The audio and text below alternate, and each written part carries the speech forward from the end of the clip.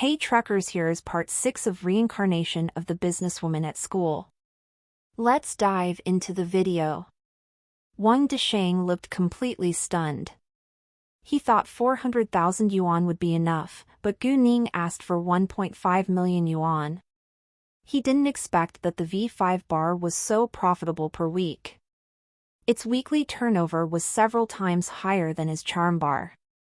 Wang Desheng's jealousy was burning. As for the compensation for the equipment and the loss during redecoration, Wang Desheng persuaded himself to accept it, but he was utterly unwilling to pay the mental loss of the employees and the reputation lost by the V5 bar. It was a robbery. Up-to-date OVLS on OVL bin.cm. Wang Desheng argued in anger, "Are you trying to rob me? I'll only accept the compensation excluding the mental loss of the employees and the reputation lost by the V5 bar." Even then, he still needed to pay 770,000 yuan, which was a much higher price than his prediction, but now he had to bear the results. "I don't care whether it's acceptable to you. You have to accept it, or you won't be able to leave here safely," Gu Ning threatened. She was cruel to her opponents. Wang Desheng was shocked. "Wang Desheng, you better pay the compensation as soon as possible. This V5 bar has the Qing gang's support. You can't bear the consequences of failure," Chen Lauer interrupted. He did that not because he was kind, but because he was in great pain now. He himself wanted to leave for the hospital as soon as possible. What? Wang Desheng almost fainted. The Qing gang? V5 bar had the Qing gang's support? How was it possible? He didn't want to believe it, but Chen Lauer told him in person he had to believe it. Wang Desheng stopped struggling and paid the compensation in the end. It cost him a fortune this time. He didn't bring that much cash with him and chose to transfer it. Hao Ran signed a contract with him too, in case he would regret someday in the future. Although they weren't afraid of Wang Desheng, they didn't want more trouble. After that, Wang Desheng and Chen Lauer along with the other hoodlums left without delay. And each of the employees got 10,000 yuan for mental loss. The financial worker would transfer the money into their bank cards tomorrow. Then, the V5 bar needed redecorating. All the employees naturally didn't need to work. In addition, they were all on paid leave. The bar manager and the financial worker would be in charge of the redecoration.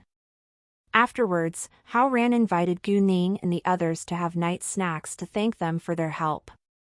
However, before they left, Hao Ran wanted to figure out one thing. He approached Chu Xianfeng asking, "Brother Chu, you just used the Qing gang's name to threaten the Flying Eagle gang. Will it be fine?" "It'll be fine. The head of the City F branch of the Qing gang and I are friends. They'll help me take care of V5 bar," Chu Xianfeng said. To protect his real identity, he didn't tell Hao Ran that he was the leader of the Zhuke group in the Qing gang. He didn't want Gu Ning and the others to stay away from Chu Peihan because of his position in the Qing gang. It wasn't easy for Chu Peihan to have close friends. However, to Chu Xuanfeng's surprise. "What? Brother Chu, you know the head of the City F branch of the Qing gang? That's awesome." Hao Ran was amazed by the news. He looked at Chu Xianfeng with obvious admiration. Qin Zixuan, Zhang Tianping and Mu Ke all had the same reaction. "Jesus! It's so cool! You know the branch head? He must be a powerful figure. I'm so excited now," Qin Zixuan said. "Me too. Me too," Zhang Tianping added. "Why are you so excited? You don't know the branch head at all." "Well, to be honest, I'm also thrilled. Although we don't know the branch head, we are friends with Brother Chu. Right?" Mu could turn to Chu Xianfeng. Since when had they become friends? This was the first time they had even met each other. They weren't familiar with one another yet. Those boys simply wanted to have a connection with the Qing gang. "Brother Chu, please support us from now on," Hao Ran said. Chu Xianfeng rounded his eyes in shock. Those teenagers were nothing like he had imagined, but he also felt relieved to see them being willing to accept it. Chu Peihan had the same thought. The leader of the Zhuke group was standing right before their eyes now. A branch head was actually nobody. Still, both Chu Peihan and Chu Xianfeng had no intention to tell them about their background. In the boys' eyes, the Qing gang was terrifying indeed, but it was super exciting if they knew someone important in the Qing gang. They weren't obedient kids, but they obeyed the laws. Although the Qing gang was a mysterious gang, they knew it wasn't evil. Therefore, they were scared of it, but also attracted by it. However, An Yi and Yu Mixi had a different attitude. They were afraid of the Qing gang too, but they didn't think that it was attractive. They didn't hate it at the most. As for Gu Ning, she actually wasn't excited, but it would be good news if she could have a good relationship with the Qing gang. "What? Are you going to betray me?" Gu Ning asked airily, seeing them being so excited.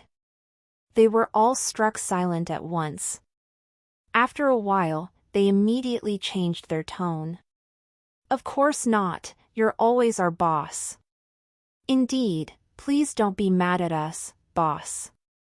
Yeah, they all said with sincerity. "All right, I'm just joking." Gu Ning laughed.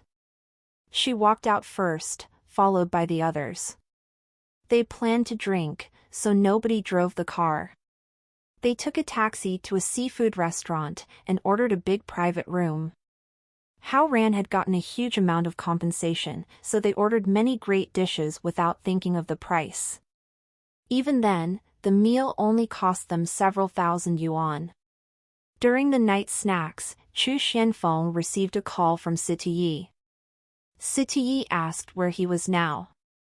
Without further thinking, Chu Xianfeng told his boss that he was having night snacks with his younger sister and her friends. He also told Sitiyi the location of the restaurant. Unexpectedly, Sitiyi had just arrived at the city F. He would be at the restaurant in 20 minutes, which shocked Chu Xianfeng. However, before Chu Xianfeng could say another word, Sitiyi hung up. Chu Xianfeng was struck dumb for a long while. The others around the table noticed Chu Xuanfeng's astonished face. They all turned to him with a puzzled look on their faces. "What happened?" Chu Peihan asked her older brother with care. Her older brother usually kept calm. Even if something bad happened, he could remain calm. Hearing Chu Peihan's voice, Chu Xianfeng finally got his mind back. He realized he lost his manners just then, so he wore an embarrassed smile explaining, I have a friend who will be here soon. Would you mind?" Although Chu Xianfeng wasn't sure that Sitiyi would come to this private room, he felt that it was better to tell them. "Of course not," the others said. "Peihan, come here. I have something to tell you." Chu Xianfeng pulled Chu Peihan aside. The rest were curious, but they didn't ask. "What is it?" Chu Peihan was confused. Chu Xianfeng said by Chu Peihan's ear, our boss Situ will be here soon. I don't know whether he'll come to this private room or not, but I think you should know. If he comes, behave normally." "What? Boss Situ is coming?" Chu Peihan was greatly scared, like the ghost was coming. In fact, no one in this world scared Chu Peihan more than Sitiyi. Sitiyi treated her quite well.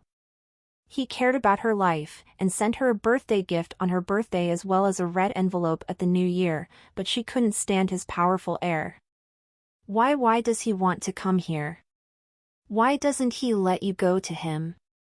Chu Peihan didn't understand why Siti, the boss of the Qing gang, had to come find Chu Xianfeng in person. It wasn't his usual style at all. Chu Peihan didn't know why Siti was coming here. Why didn't he let Chu Xianfeng go to him? Chu Xianfeng also had no idea that Siti was interested in Gu Ning. Gu Ning was his aim actually. Yes, Siti came here for Gu Ning. In fact, he had planned to meet Gu Ning in City G. He had even checked the flights from City F to City G today to see whether Gu Ning was going to City G.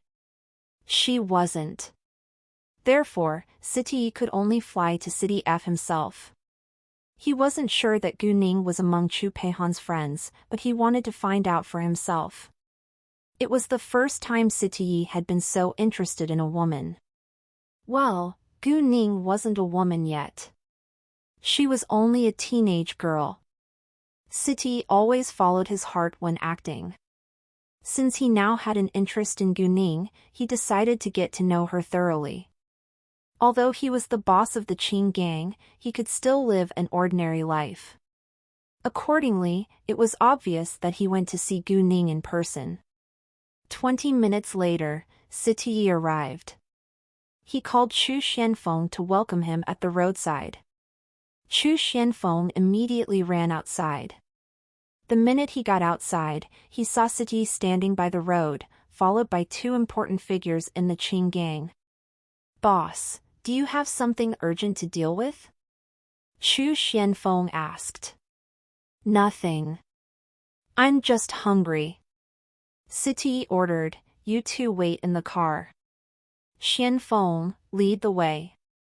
The two important figures of the Qing gang stayed in the car. Boss, are we going to where Peihan is?" Chu Xianfeng asked with uncertainty. He didn't believe Siti as the boss of the Qing gang would dine with a bunch of high school students. It wasn't his style at all. "Anything wrong with that?" Siti asked coldly, like he was threatening him. Chu Xianfeng denied without hesitation, "Of course not. Please, this way." Chu Xianfeng didn't dare to say it even if he thought that it was inappropriate. "But boss, they don't know I'm part of the Qing gang, so," Chu Xianfeng said. However, before he could finish, Siti interrupted, "I understand." The door wasn't close. Chu Xianfeng guided Siti, walking straight in. Siti was dressed entirely in black. He had beautiful features with distinct lines of his face. He came in with an air of the king. Everyone was amazed when he appeared. Especially those boys, they all thought the man was handsome and cool. However, Gu Ning could sense that the man wasn't simple, he had an air of a killer. He must be a man of power. If Gu Ning guessed correctly, the man ought to have a close relationship with the Qing gang and was in a high position. He was probably the boss of the Qing gang that Chu Xianfeng had mentioned. However, Gu Ning was only guessing. She wasn't confident that she was right. At the same time, Siti's sight fell on Gu Ning the minute he walked in, but he stayed expressionless, so Gu Ning didn't feel anything different. "This is my friend. His family name is Situ. You can call him Brother Situ," Chu Xianfeng introduced him to them. Hearing that, everyone call him Brother Situ. Chu Xianfeng had already prepared a chair for Siti between him and Chu Peihan. Chu Xianfeng invited Siti to be seated before introducing the teenagers around the table to him. Although there was no need for Siti, the boss of the Qing gang, to know them, it was socially polite to do the introduction since for now Siti was only Chu Xianfeng's friend. First of all, Chu Xianfeng introduced from his left side. "Hao Ran, Qin Zixuan, Zhang Tianping, and Yi, Mu Ku, Yu Mixi and Gu Ning." However, when he introduced Gu Ning, Siti opened his mouth, "I saw you once outside of the Huangdang Hotel in City G. La test novls on, n, vel by /. Co." Hearing that, Gu Ning was surprised, but she soon realized what was going on. He must have been with Chu Xianfeng. Well, we were together at that time, Chu Xianfeng explained. Gu Ning nodded without saying anything. The rest all knew that Gu Ning had been to City Ji, so they didn't think there was anything wrong with Sitiye's words. I think you're quite good. Are you interested to have a try with me? Sitiye asked. Sure. Gu Ning answered with alacrity. Gu Ning knew that this man was much better than Chu Xianfeng. And she enjoyed competing with the strong ones. Only challenges kept her progressing. Is there going to be another fight? I'm looking forward to it. I haven't seen my boss lose a single competition yet. Hao Ran was excited. Indeed. Qin Zixuan and the others agreed. What do you mean? Do you all want to see me fail? Gu Ning squinted. There was a hint of danger in her eyes. Hearing that, Hao Ran and others immediately realized that they had said something wrong. They denied at once, of course not. We simply want to know how excellent you can be. Yes. We never want you to lose. Too late for that, Gu Ning didn't believe them. She said seriously, all of you, download an app to record how far you've run when you're home today. We'll get together at 8 a.m. at Yuntai Mountain tomorrow morning. We're going to climb the mountain. Except for an E, Mixi and Pei Han, the rest must finish 10 kilometers ahead of time. If anyone can't fulfill this task, the punishment will be worse than only 10 kilometers. What? Hearing that, Hao Ran and the boys changed their expressions, groaning. No. Boss, please don't be so mean. Hao Ran said. Boss, I know you're not a mean boss, right? Qin Zixuan flattered. Boss, can I ask for a leave? Mu Ke wore an upset face. Boss, can I run 6 kilometers only? Zhang Tianping bargained. Anyone who complains can run 2 kilometers more, Gu Ning threatened. The 4 boys immediately shut their mouths. No matter how upset they were in their hearts now, they didn't dare to argue anymore. The only thing they could do now was eat. Upted chapters nnvelben.com. Gu Ning actually wasn't being mean. She didn't attend the evening class these days, and spent less time on training them. Therefore, she wanted to seize every opportunity to train them. She would be increasingly busy in the future. I think it's a good idea to climb the mountain. Please allow me to join you. And why don't we have the fight on the Yuntai Mountain? Sitiye said. Chu Xianfeng and Chu Peihan were greatly shocked. They couldn't believe their ears. What? Sitiye was going to Yuntai Mountain along with them? He, a grown-up man, was going to climb a mountain with a bunch of high school students? It was so unbelievable. Sure, Gu Ning didn't reject. Although she wasn't familiar with him yet, she wasn't afraid that he could be dangerous. I'll go with you too, Chu Xianfeng said at once. As Sitiye's important aide, and while they were in City F now, Chu Xianfeng thought that it was necessary to follow his boss. During the night snacks, they were all chatting while eating.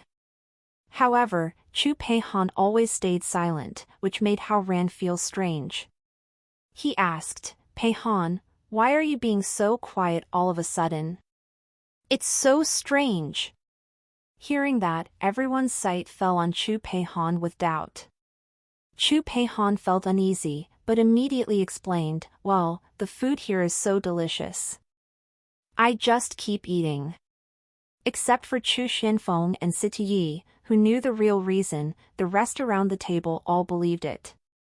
Chu Peihan was a foodie after all. However, Gu Ning remained suspicious.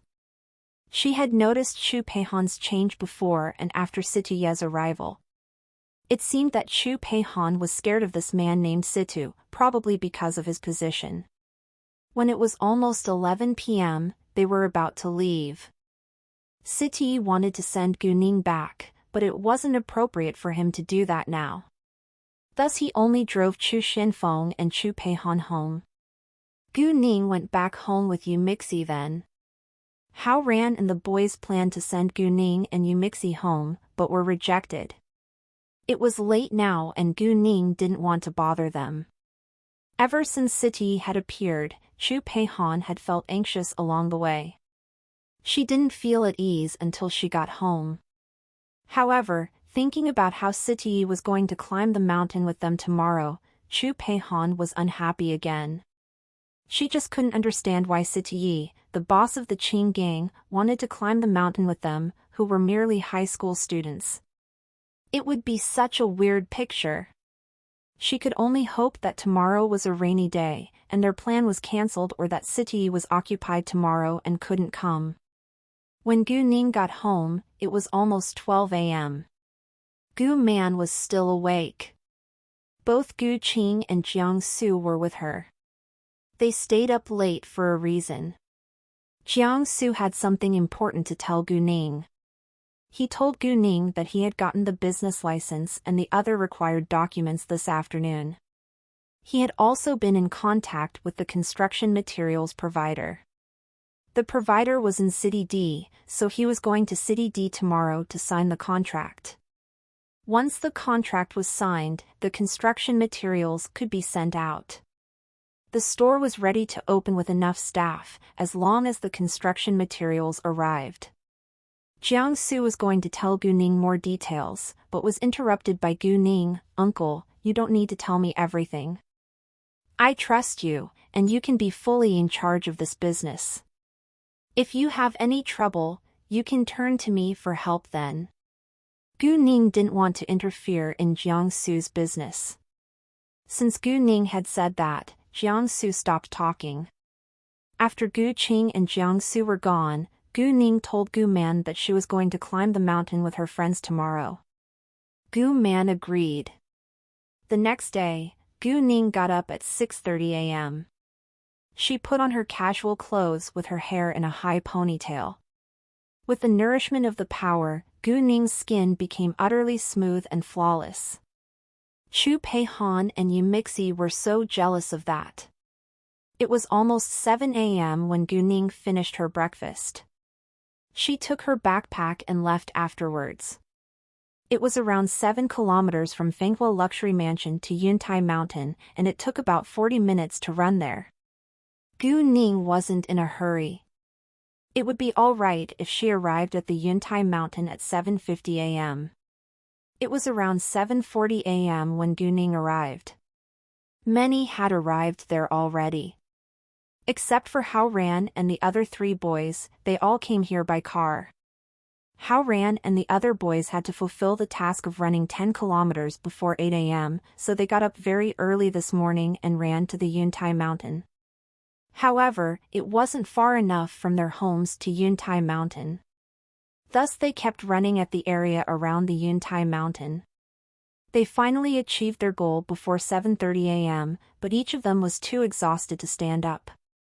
They almost felt like they were dying. They had rested for nearly 20 minutes when Gu Ning arrived. However, none of them had recovered yet.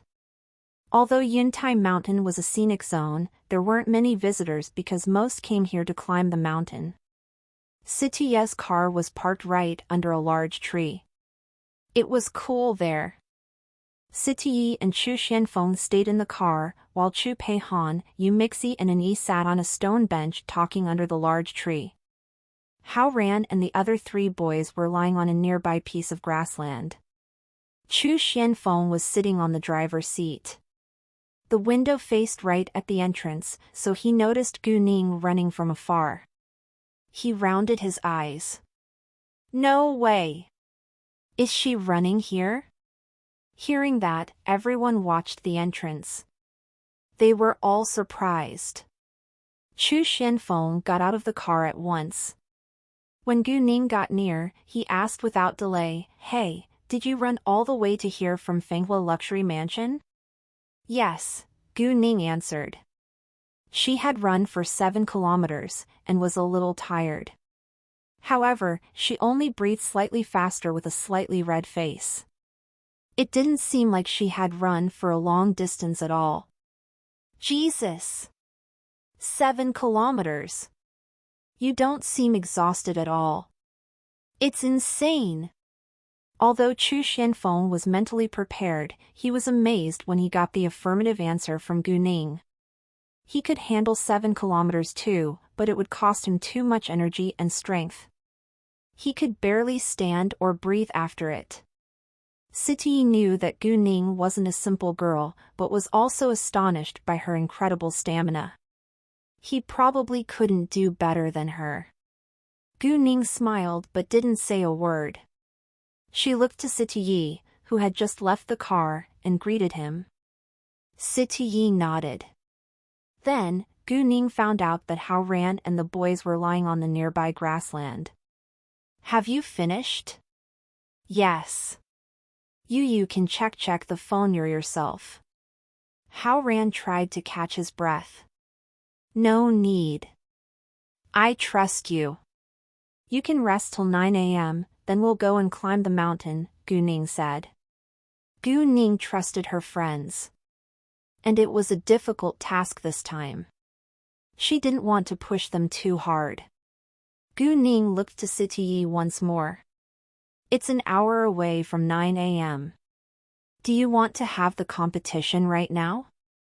But you just ran here." "Have a rest first," Siti replied. Gu Ning had just run 7 kilometers. Although she didn't seem exhausted, she must be out of strength now. It wasn't fair to have the competition right away. Great, then 8:30 a.m. Actually, Gu Ning didn't need the rest, but she also wouldn't reject Siti's kindness. Gu Ning went to buy bottles of water for them. She intentionally put some power into the bottles for the 4 boys to help them recover. After drinking the water, Hao Ran and the boys felt a flow of coldness spreading inside their bodies. They were soon full of energy again. Within 10 minutes, they were back to normal and felt much more energetic. Hao Ran and the boys thought that it was strange that they could recover within such a short time, but they didn't know why. In addition, it seemed ordinary. When it was 8:30 a.m., they went to an empty area. Gu Ning and Siti were ready for the fight. For those who didn't know Siti's background, they were positive about Gu Ning's ability. Gu Ning had beaten down 11 hoodlums with steel sticks before their eyes yesterday. There was no reason for them not to believe in Gu Ning. However, Chu Xianfeng and Chu Peihan held a totally different opinion. Gu Ning was outstanding indeed. She was even better than Chu Xianfeng, but Siti was far better than Chu Xianfeng. They had no clear understanding of Gu Ning's real ability, and they also knew that appearances lied, but they still believed that Siti was better than Gu Ning.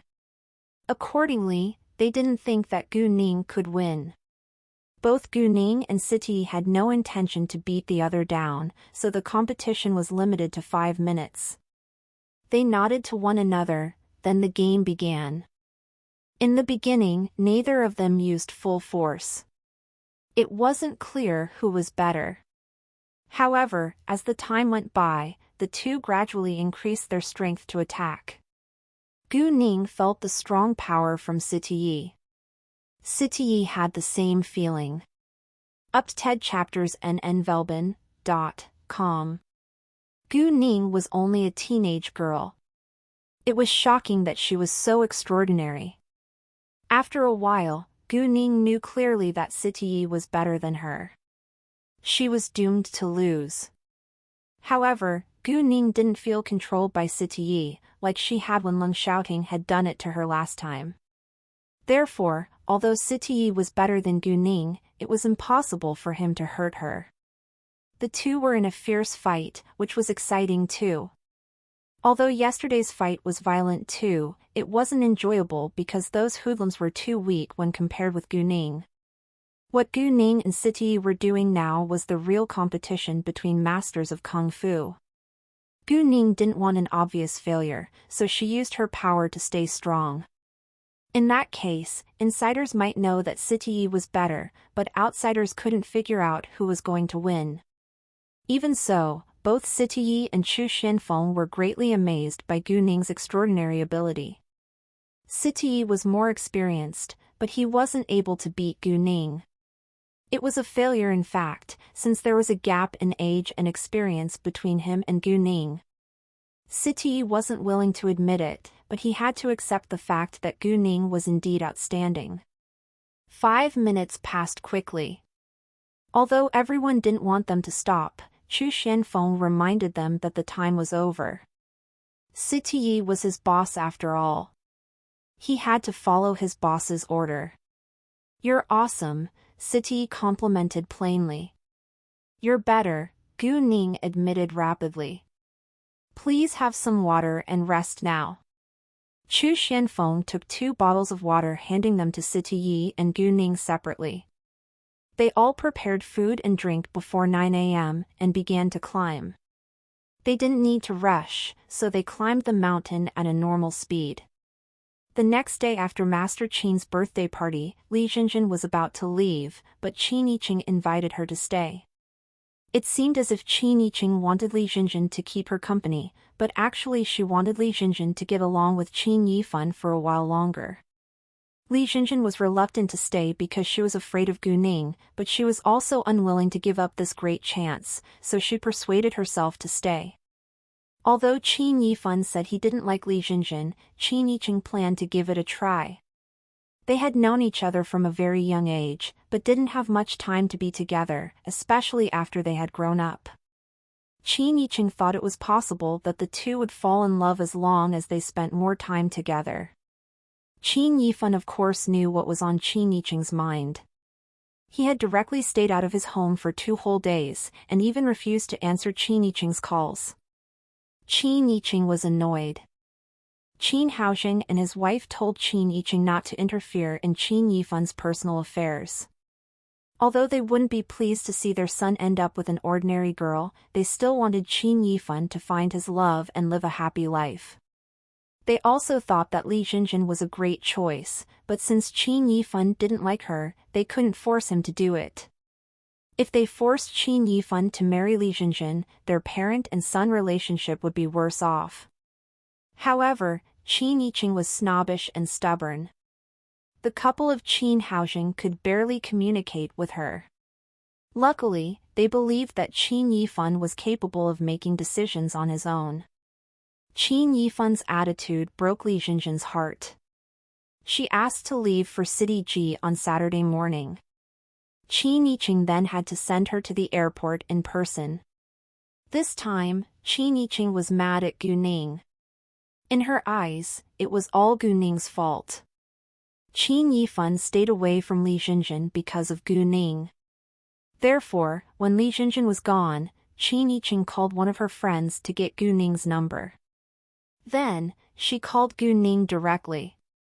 Gu Ning was in the middle of climbing when she received Qin Yiqing's call. "Hi, is that Miss Gu Ning?" Qin Yiqing asked with politeness. "Yes, who is that please?" Gu Ning asked. "I'm Qin Yifan's older sister, Qin Yiqing. I want to talk with you about something. Is it convenient for you now? Can we meet?" Qin Yiqing asked with a good attitude. Qin Yiqing was worried that Gu Ning might turn her down if she wasn't polite enough. Even then, Gu Ning sensed that something must be wrong. She knew that Qin Yifan had an older sister named Qin Yiqing, but they had only met once at Master Qin's birthday party. They had never talked with each other. Why would she want to meet her? Gu Ning wanted to figure it out, so she didn't reject. She set the meeting in the afternoon. Qin Yiqing didn't care about the time, as long as Gu Ning was willing to meet her. After an hour of climbing, except for Gu Ning, Siti and Chu Xianfeng, who were just a little tired, the rest were all exhausted. Especially N.E. and Umixi, because they were the weakest. Fortunately, they worked out a lot these days, so they could still continue climbing. They carried on after several minutes of rest. The higher they climbed, the colder it got. Although it was cold, they felt warm instead because they had climbed for a long time. If it had been summer, they all would have fainted. 2 hours later, they were finally at the top. The top of the mountain was 300 square meters in size with small restaurants and supermarkets for visitors. Yuntai Mountain was very beautiful. Looking straight ahead from the fence at the top, there was groups of white clouds. The clouds were so near, it felt like you could touch it with your hands. This was where a visitor could appreciate the clouds. And the view at the bottom was breathtaking. There were magnificent cliffs, trees and valleys. Hao Ran and others all took out their phones taking pictures with excitement despite their physical tiredness. It's amazing! This is my first time being on the top of this Yuntai mountain even though I've lived in City F for so many years. Exactly, it's like heaven on the earth. Come on, I'll stand on this rock. Please take a photo of me with all the white clouds as my background. I want to fly in the sky. Me too. Gu Ning wasn't interested in taking photos. She walked aside to the edge of the cliff taking in the fresh air and quietness. To be specific, she was absorbing the power here. Yes, the air at the top of this mountain wasn't polluted. It was clean with some power. Although the power was light, there was a lot around. Gu Ning collected a lot of power together, and the power grew thick. As more and more power was absorbed into her jade eyes, Gu Ning's sight got better and clearer.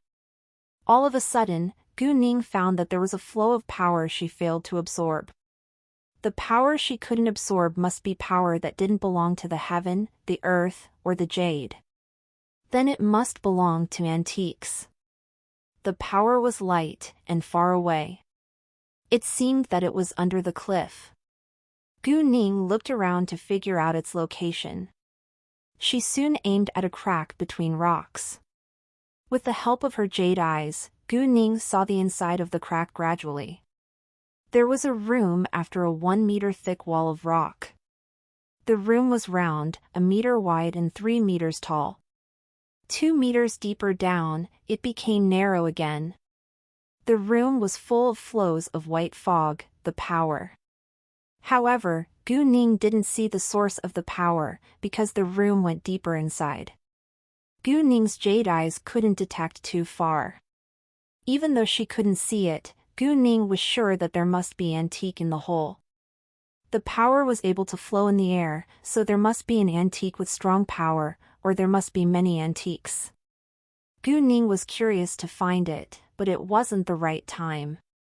She had to come here again alone another day. And she could only come at night when there was no one around. In addition, she needed ropes and tools to get down the hole. She had to go down there by ropes first and then use tools to pry the stone apart to allow her to get in.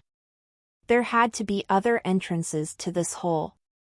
Gu Ning decided to check around first. If there was an entrance to the hole, she would go in by the entrance. If not, she would pry the stones apart. Gu Ning went back to her friends after she had absorbed enough power. When everyone saw her eyes, they were mesmerized. Seeing that, Gu Ning was nervous. Was there anything wrong with her eyes? What's wrong? Why are you all staring at me? Gu Ning asked. They didn't get their minds back until Gu Ning said that. Chu Peihan stood up suddenly running to Gu Ning. Ning Ning, I just found out that your eyes are so attractive. CHCK for US tier eyes on no/v/l/bin.c0m. The rest all agreed. Exactly. I just found that out too. Your eyes are so bright and clear. They're full of magic. We can't move our eyes away from yours. And I feel relaxed for no reason. Hearing that, Gu Ning realized what had happened. Her jade eyes absorbed enough power, so her eyes changed too. Her eyes were full of magic? They couldn't move their eyes away from hers? They felt relaxed for no reason? Gu Ning couldn't help thinking, was she able to seduce people with her eyes now? However, of course she wouldn't do it. Besides, she didn't like having people stare at her eyes. Thus she deliberately looked at Hao Ran and others coldly to scare them. Unexpectedly, her cold look was as sharp as a blade, which was super threatening. Everyone was stunned. Gu Ning was also astonished. The power not only made her eyes more attractive, but also frightening. Both Siti Yi and Chu Xianfeng were slightly surprised by her terrifying look. After a long breath, Chu Peihan said in an upset tone, "Boss, your look was so scary. I felt as if there was a knife against my neck." Chu Peihan stood right by Gu Ning's side, so she had felt it more clearly. Exactly. If a look could kill people, we would be dead already, Hao Ran complained, like he had just survived from a deadly disaster. I almost had a heart attack. Mu Ku added. He covered his chest with his hands like he was literally suffering. Gu Ning didn't know what to say. She herself didn't know that it would be like that. However, even though her eyes changed, as long as they didn't stare at her eyes, they wouldn't feel anything different. They didn't go down from the top right away. It was almost 12 o'clock, so they planned to eat first. There were restaurants and supermarkets on the top, but they had prepared food and drinks before they came here. They didn't do it because the food and drink were expensive on the top. It was Gu Ning who deliberately let them climb with a heavy burden instead. Is there any cave or something else here? Gu Ning asked casually. No idea. Boss, are you looking for an adventure? Kind of, Gu Ning answered. They had 10 minutes to rest after eating. When it was about 1 p.m., they went down from the top. It was much easier to climb down than up, and it only took them 1 hour and 40 minutes to get back to where they started. At that time, it was almost 3 p.m. Hao Ran proposed to find a place to have a drink, but Gu Ning declined because she had something else to deal with. Since Gu Ning wouldn't go, everyone else wouldn't either. They dispersed. Siti wanted to drive Gu Ning back, but she declined again. Although Siti Yi was a little upset, he didn't insist. He wasn't a man who would force a girl to do what he wanted. Before Gu Ning left, she called Qin Yiqing first. She was free now, and was ready to meet her. Qin Yiqing was in a shopping mall right now, so she set the meeting place at a cafe beside the shopping mall. Gu Ning agreed, and said that she would be there 30 later. Then, Gu Ning went in a taxi.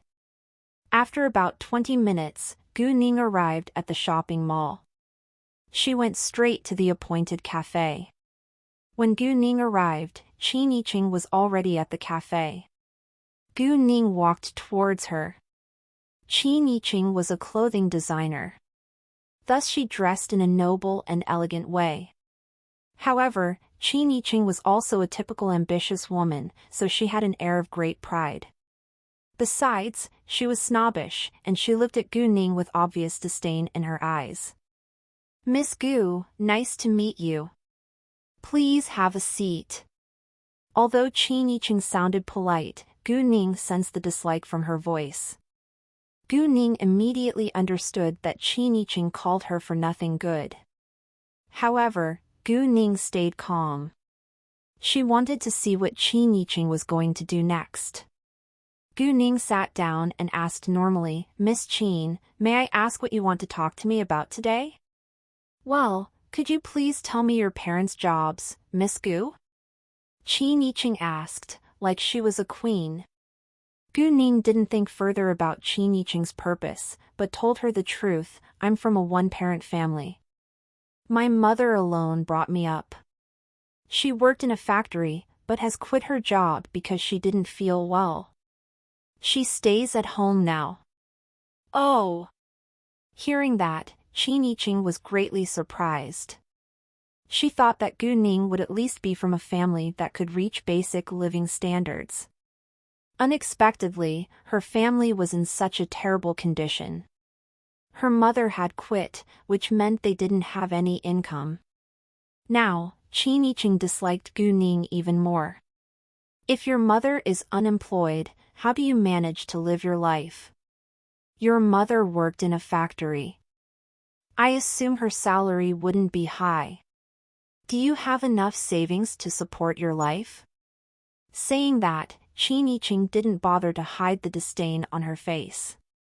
I didn't expect that Miss Qin cared so much about the living standards of my family. Gu Ning smiled with slight coldness. Qin Yiqing smirked and said, Miss Gu, let's put our cards on the table. I met you here today to tell you that you don't match Yifan at all. Gu Ning was stunned. What? She had nothing to do with Qin Yifan. How come she didn't match him at all? She and Qin Yifan were merely ordinary friends. However, Gu Ning wasn't dumb. She knew that there was a misunderstanding between Qin Yifan and her, and she also figured out the purpose of Qin Yiqing.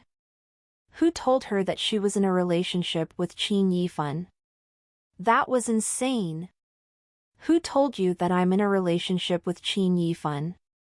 Gu Ning asked. It's not important. The important thing is although Yifan likes you for now, he's the heir of our Qin family with 2 billion yuan in assets. However, you're even poorer than Cinderella. It's impossible for you to marry into our family. So, please stay away from Yifan. Qin Yifan liked her? Gu Ning was astonished. Facing the humiliation, Gu Ning was displeased, but she curbed her anger. Miss Qin, I think that there is a misunderstanding. Qin Yifan and I are only friends. I follow US stories at nvl/by/n.com. Nevertheless, Qin Yiqing didn't believe it at all. Qin Yifan had admitted that he liked Gu Ning. And Gu Ning was just a poor girl. It was unlikely that she didn't have feelings towards a tall, handsome, and super rich man. Miss Gu, stop arguing. As long as you're willing to stay away from Yifan, I'll give you 500,000 yuan. I suppose your family is too poor to ever see a check of 500,000 yuan. It was a public humiliation. With a loud sound, Gu Ning hit the table heavily with her palm in anger. She stood up at short notice, which surprised Qin Yiqing and attracted attention from people around them. Gu Ning ignored the looks from other people, staring at Qin Yiqing coldly. Miss Qin, don't you think that it's ridiculous that you humiliated me before you even figured out the truth? As for those who didn't respect her, Gu Ning didn't think that she needed to respect them. What? Did you say I'm ridiculous? Qin Yiqing was annoyed. Aren't you being ridiculous? I don't know who told you that I'm in a relationship with Qin Yifan, but let me tell you that we're just normal friends. We aren't and won't be boyfriend and girlfriend. Gu Ning looked down at Qin Yiqing with confidence. Qin Yiqing was mad at her attitude. However, before Qin Yiqing could respond, Gu Ning continued, and I can't care less about your check of 500,000 yuan. In fact, Qin Yifan bought the king's green and foolish jade from me. Although Gu Ning wanted to keep it a secret, she wasn't willing to be humiliated in public by Qin Yiqing. She had to defend her dignity. Gu Ning understood that the rich never liked the poor, but she never accepted insults. What? Hearing that, Qin Yiqing was quite surprised. Qin Yifan bought the king's green and foolish jade from Gu Ning? Which meant that Gu Ning wasn't a Cinderella at all, but a rich girl with dozens of million yuan in assets. Dozens of million yuan were nothing in Qin Yiqing's eyes, but she knew that it was a lot for a young girl. I don't mind if Qin Yifan tells you what I've done in City G. Besides, please don't despise others just because you're richer than them. I'm inferior to the Qin family for now, but no one knows what's going to happen in the future. Gu Ning said coldly before she turned around walking away. Qin Yiqing was struck dumb. City G? What has happened in City G? After a while, Qin Yiqing called Qin Yifan. The minute that Qin Yifan answered her call, she asked without delay, "Where are you? Why do you ask?" Qin Yifan replied with impatience. Qin Yifan went back to his home when he found out that Li Jinjin had left for City G, but he thought that Qin Yiqing called him for Li Jinjin, so he didn't tell her that he was home. I want to ask you something about Gu Ning. Qin Yiqing understood that Qin Yifan didn't want to hear more about Li Jinjin. Thus she directly told him that it was about Gu Ning. What? What happened to Gu Ning? Hearing that, Qin Yifan got nervous all of a sudden. Knowing Qin Yifan cared about Gu Ning so much, Qin Yiqing was upset. But it wasn't the right time to argue with her younger brother now. Qin Yiqing said, "She's fine. I just want to ask you something. It isn't convenient to talk on the phone. Where are you? I need to see you. I'm home." Qin Yifan indeed cared about Gu Ning very much. Qin Yiqing immediately left the cafe driving to the house of the Qin family. 30 minutes later, she arrived at the house. She met Qin Yifan in the hall. Her parents were there too. Qin Yiqing didn't have time to greet them, but asked Qin Yifan directly, "Yifan, did Gu Ning sell you the King's Green and the Foolish Jade?" Qin Yiqing wanted the confirmation from Qin Yifan. "How do you know that?" Qin Yifan was surprised. "What? You bought the King's Green and the Foolish Jade from the young girl named Gu Ning?" Qin Haozheng was also astonished. He had an impression of Gu Ning because Gu Ning had sent him the precious glass with deer heads. "Yes," Qin Yifan answered. Then he turned to Qin Yiqing again. "How did you know that?" Gu Ning had told him to keep it a secret. Did his staff tell Qin Yiqing? Thinking of that, Qin Yifan was slightly annoyed. He decided to have an investigation into it later. However, Qin Yiqing said, "I just talked to her." Follow US stories at nvl/by/n.com. What? Why? Qin Yifan abruptly stood up from the sofa. He had a premonition. Qin Yiqing told Qin Yifan what she had done, which greatly irritated Qin Yifan. Qin Yifan almost yelled at her, "I told you not to interfere in my personal affairs. Why did you still do that? I like her, but she doesn't know yet. You did that to humiliate her on purpose." Why? It was the first time Qin Yifan had lost his temper. The whole family was stunned. "Yiqing, you indeed shouldn't have done that. Don't forget your manners." Qin Haozheng was also mad at Qin Yiqing's behavior. "You want to know what has happened in City G, right? Very well, let me tell you now." Qin Yifan was in a rage that his older sister disliked Gu Ning. Since Gu Ning didn't mind him telling Qin Yiqing the facts, he told his family about everything that had happened in City G. He told his family that Gu Ning had bet with Li Jinjin and that he had bought the high-level jade Gu Ning had cut out at the price of 130 million yuan. His family was shocked. However, what shocked them more was the following words. "And the foolish jade. It was bigger than a fist, which is worth over 100 million yuan, but she used it to make jewelry for her family. What I got was the leftover part of the jade. Do you think she, whose wealth is over 100 million yuan, will care for your check of 500,000 yuan? Qin Yifan asked in a sarcastic tone. What? His family was now more than shocked. A foolish jade that was bigger than a fist? She can't compare with our Qin family now, but who knows what will happen in the future. She isn't an ordinary girl, Qin Yifan said icily, then he walked out without hesitation. The second he was out of the room, Qin Yifan called Gu Ning to apologize to her.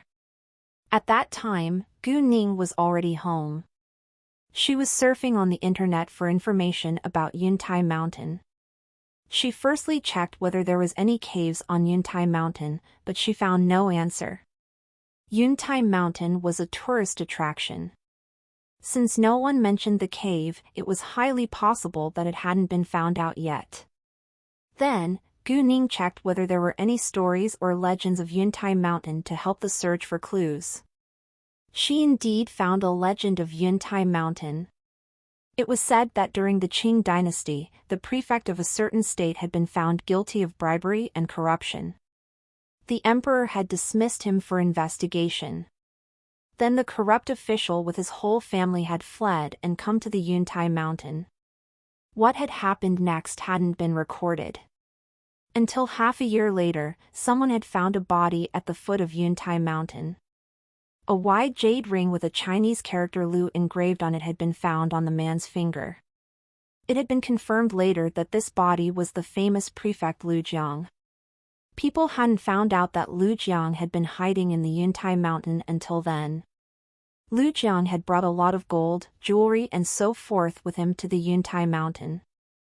The government, therefore, had sent many soldiers to search the mountain. However, the Yuntai Mountain was a dangerous place. The government had given up after a few days of searching in vain. Because of this legend, many said that there was precious stuff hidden in the Yuntai Mountain, but the legend was a legend after all.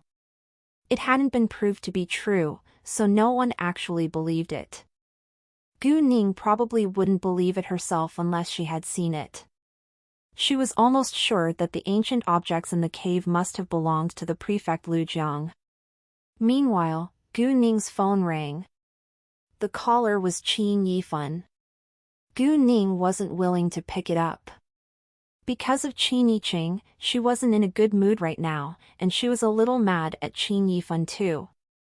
However, after a while, she thought that it was better to make it clear, so she answered, "Hi." Once Qin Yifan heard Gu Ning's voice, he apologized. "Gu Ning, I'm so sorry about what my older sister did to you. Please accept my apologies." Well, apologies accepted. Gu Ning wouldn't forgive Qin Yiqing so easily, but she didn't think she would meet her often in the future. There was no need to ruin her connection with Qin Yifan. "Thanks," Qin Yifan replied. "It's my fault actually. If not because I..." At that moment, Qin Yifan stopped all of a sudden. He felt anxious and hesitated to tell Gu Ning that he liked her. He was afraid to be rejected. He was worried that he couldn't be her friend any longer, but if he didn't say it right now after what had happened, he probably wouldn't ever have a better chance. Also, it was inappropriate to tell the girl his feelings on the phone. Thinking of that, Qin Yifan planned to meet Gu Ning at first. Gu Ning, I have something to tell you. Could you please come out and meet me for a while? Just tell me on the phone. It's fine." Gu Ning almost knew what Qin Yifan was going to tell her. Although she didn't want him to do it, she couldn't stop him. Since Gu Ning said so, Qin Yifan had to continue in the phone.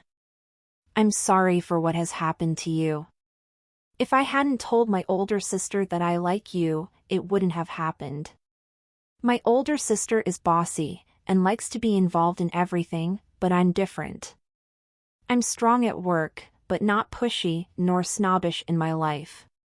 And, most importantly, I really like you, Gu Ning. Can you give me a chance?" Indeed, Gu Ning guessed correctly. Qin Yifan was going to tell her that he liked her, but Gu Ning felt nothing. She probably didn't feel happy because Qin Yifan was not the man she liked. Sorry, I think it's better for us to be friends, Gu Ning said. It was a no. It wasn't a surprising answer, but it was still hard for Qin Yifan to accept it. He felt as if someone stabbed a knife into his chest. He was in great pain now. Probably because that was how it felt when he was heartbroken. Gu Ning was the first girl he felt had touched his heart, so he didn't want to give up right away. He continued to ask, "Really?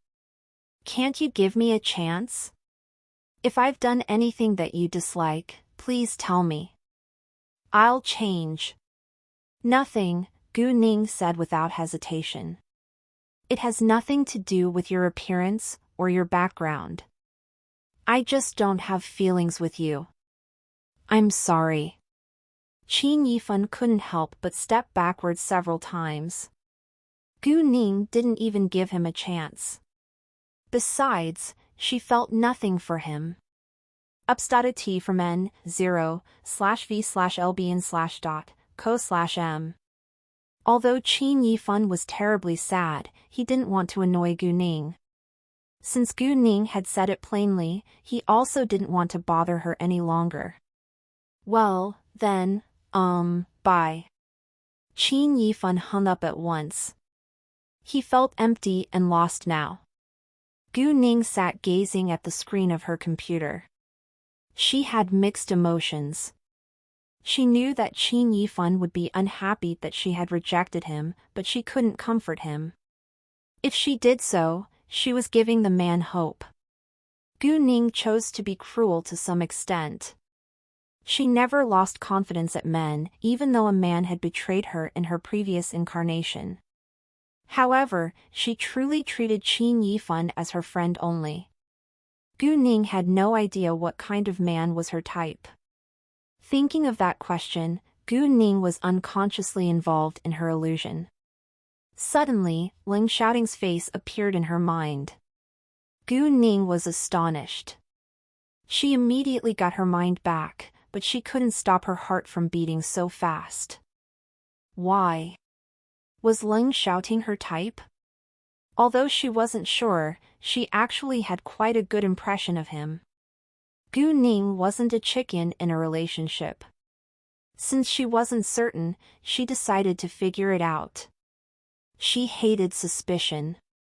Of course, if she fell in love with someone who disliked her, she wouldn't force him to love her. Gu Ning took out her phone calling Ling Xiaoting, but his phone was turned off. Gu Ning knew that Ling Xiaoting must be in the middle of a task. She was right. Ling Xiaoting was indeed in the middle of a task. It was sunset. The sky was still aglow. In a mountain area far away from the city, a black Hummer was moving fast in an unstoppable way on an uneven dirt road.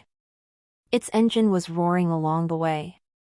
In the car, Su Jinchen sat in the driver's seat while Ling Xiaoting was in the passenger seat. There were also two young men in the back seats. "Boss, the road is too uneven to drive on. The car will break apart soon," Su Jinchen complained. He was a car lover, and couldn't tolerate it. Ling Xiaoting ignored him but fixed his eyes at the GPS in his hands. "Boss, is the task more important than the car?" a man who was sitting in the back teased. He was named Xin Bei and was ranked 5th in the Red Flame. Su Jinchen was ranked 10th in his team. Except for Ling Xiaoting, who became their boss because of his outstanding ability, the rest all ranked according to their ages. They were all the most elite soldiers from the military. They were young people who had gotten great achievements and had official positions. "Haha, you know Jinchen loves cars so much. He would rather suffer for his car," another man joked. He was Si Ming, who ranked 7th in their team. "I think our boss does this on purpose. He knows I'll suffer in such a situation, but he forced me to do so. I'm not necessary for this task, by the way." Su Jinchen continued to complain. "Why would boss do it on purpose?" Xin Bei asked.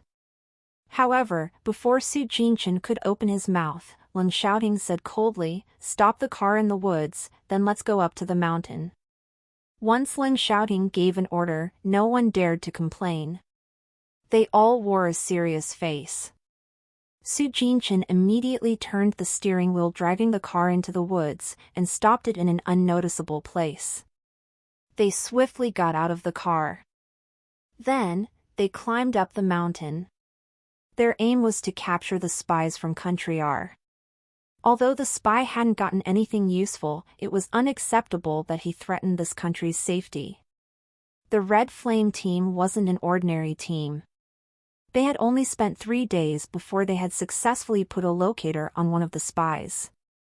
They had the spy's location, and were going to catch them all together. It was getting darker, and it wasn't easy to walk on the mountain road. However, for Leng Xiaoting and his teammates, who were used to fulfilling their tasks in darkness, it was nothing. They moved fast, but quietly. Their goal was getting closer and closer. Half an hour later, Leng Xiaoting and his teammates arrived at their destination. It was a cave. They didn't get near it right away, but hid among weeds and trees to observe the situation around it first. After making sure that there was no ambush, they gradually approached the cave. When they were at the entrance of the cave, they heard clear voices from it. Although the dialogues were in Country R's language, Leng Xiaoting and his teammates all understood it. They knew many languages, which was demanded qualification for any agent. Those spies were talking casually. It seemed they had no idea that they had already been discovered, which was an advantage for Leng Xiaoting and his teammates. They secretly slid in at a perfectly timed moment, and it was too late for those spies to resist when they found out that they were caught. After a round of gunshots, it was done. Although it wasn't a hard task, the Red Flame treated it seriously as usual. The Red Flame was always the best choice to handle such international cases, because the Red Flame was the most trustworthy special force in this country. The task is finished, but it's torture for me to go back on that road. Su Jinchen covered his chest with a hand, like he was in pain. It's not your car anyway. Do you really have to do that? Xin Bei despised his act. If it were his car, he would probably be crying. Si Ming laughed. Haha, you're right, Xin Bei couldn't agree more. Show me your sympathy. I hate you, Su Jinchen ignored them, catching up with Leng Xiaoting. Boss, what are you gonna do next? Su Jinchen asked. Do what I should do, Leng Xiaoting replied. Fine. You work all day, but there aren't that many things to deal with in our team. I don't understand why you are so busy every day. Su Jinchen said. I don't want to do that. I prefer to date girls, and find someone I like. Otherwise, my family will make the decision for me. It's pathetic. Su Jinchen's father had called him the other day to ask whether he had a girlfriend or not. If not, his father would arrange a blind date for him. Su Jinchen clearly knew how pathetic it would be if he had to live his life with a woman he disliked. Everyone hoped to spend the rest of their life with someone in love. Hearing Su Jinchen say that, an idea dawned on Leng Xiaoting. He thought of Gu Ning. He didn't exactly know his feelings towards Gu Ning. However, once he thought of Gu Ning, he felt relaxed for no reason, and also wanted to meet her right away. In City F, after he hung up the call with Gu Ning, Qin Yifan didn't get his mind back until a long time had passed. He called Wei Zhirui afterwards to ask him to go for a drink. The first thought of a man, who was in a bad mood, was to drink.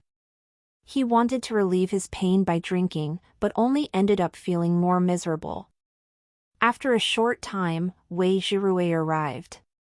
When he saw Qin Yifan was already a little drunk. What happened to you? Wei Zhirui asked with anxiety.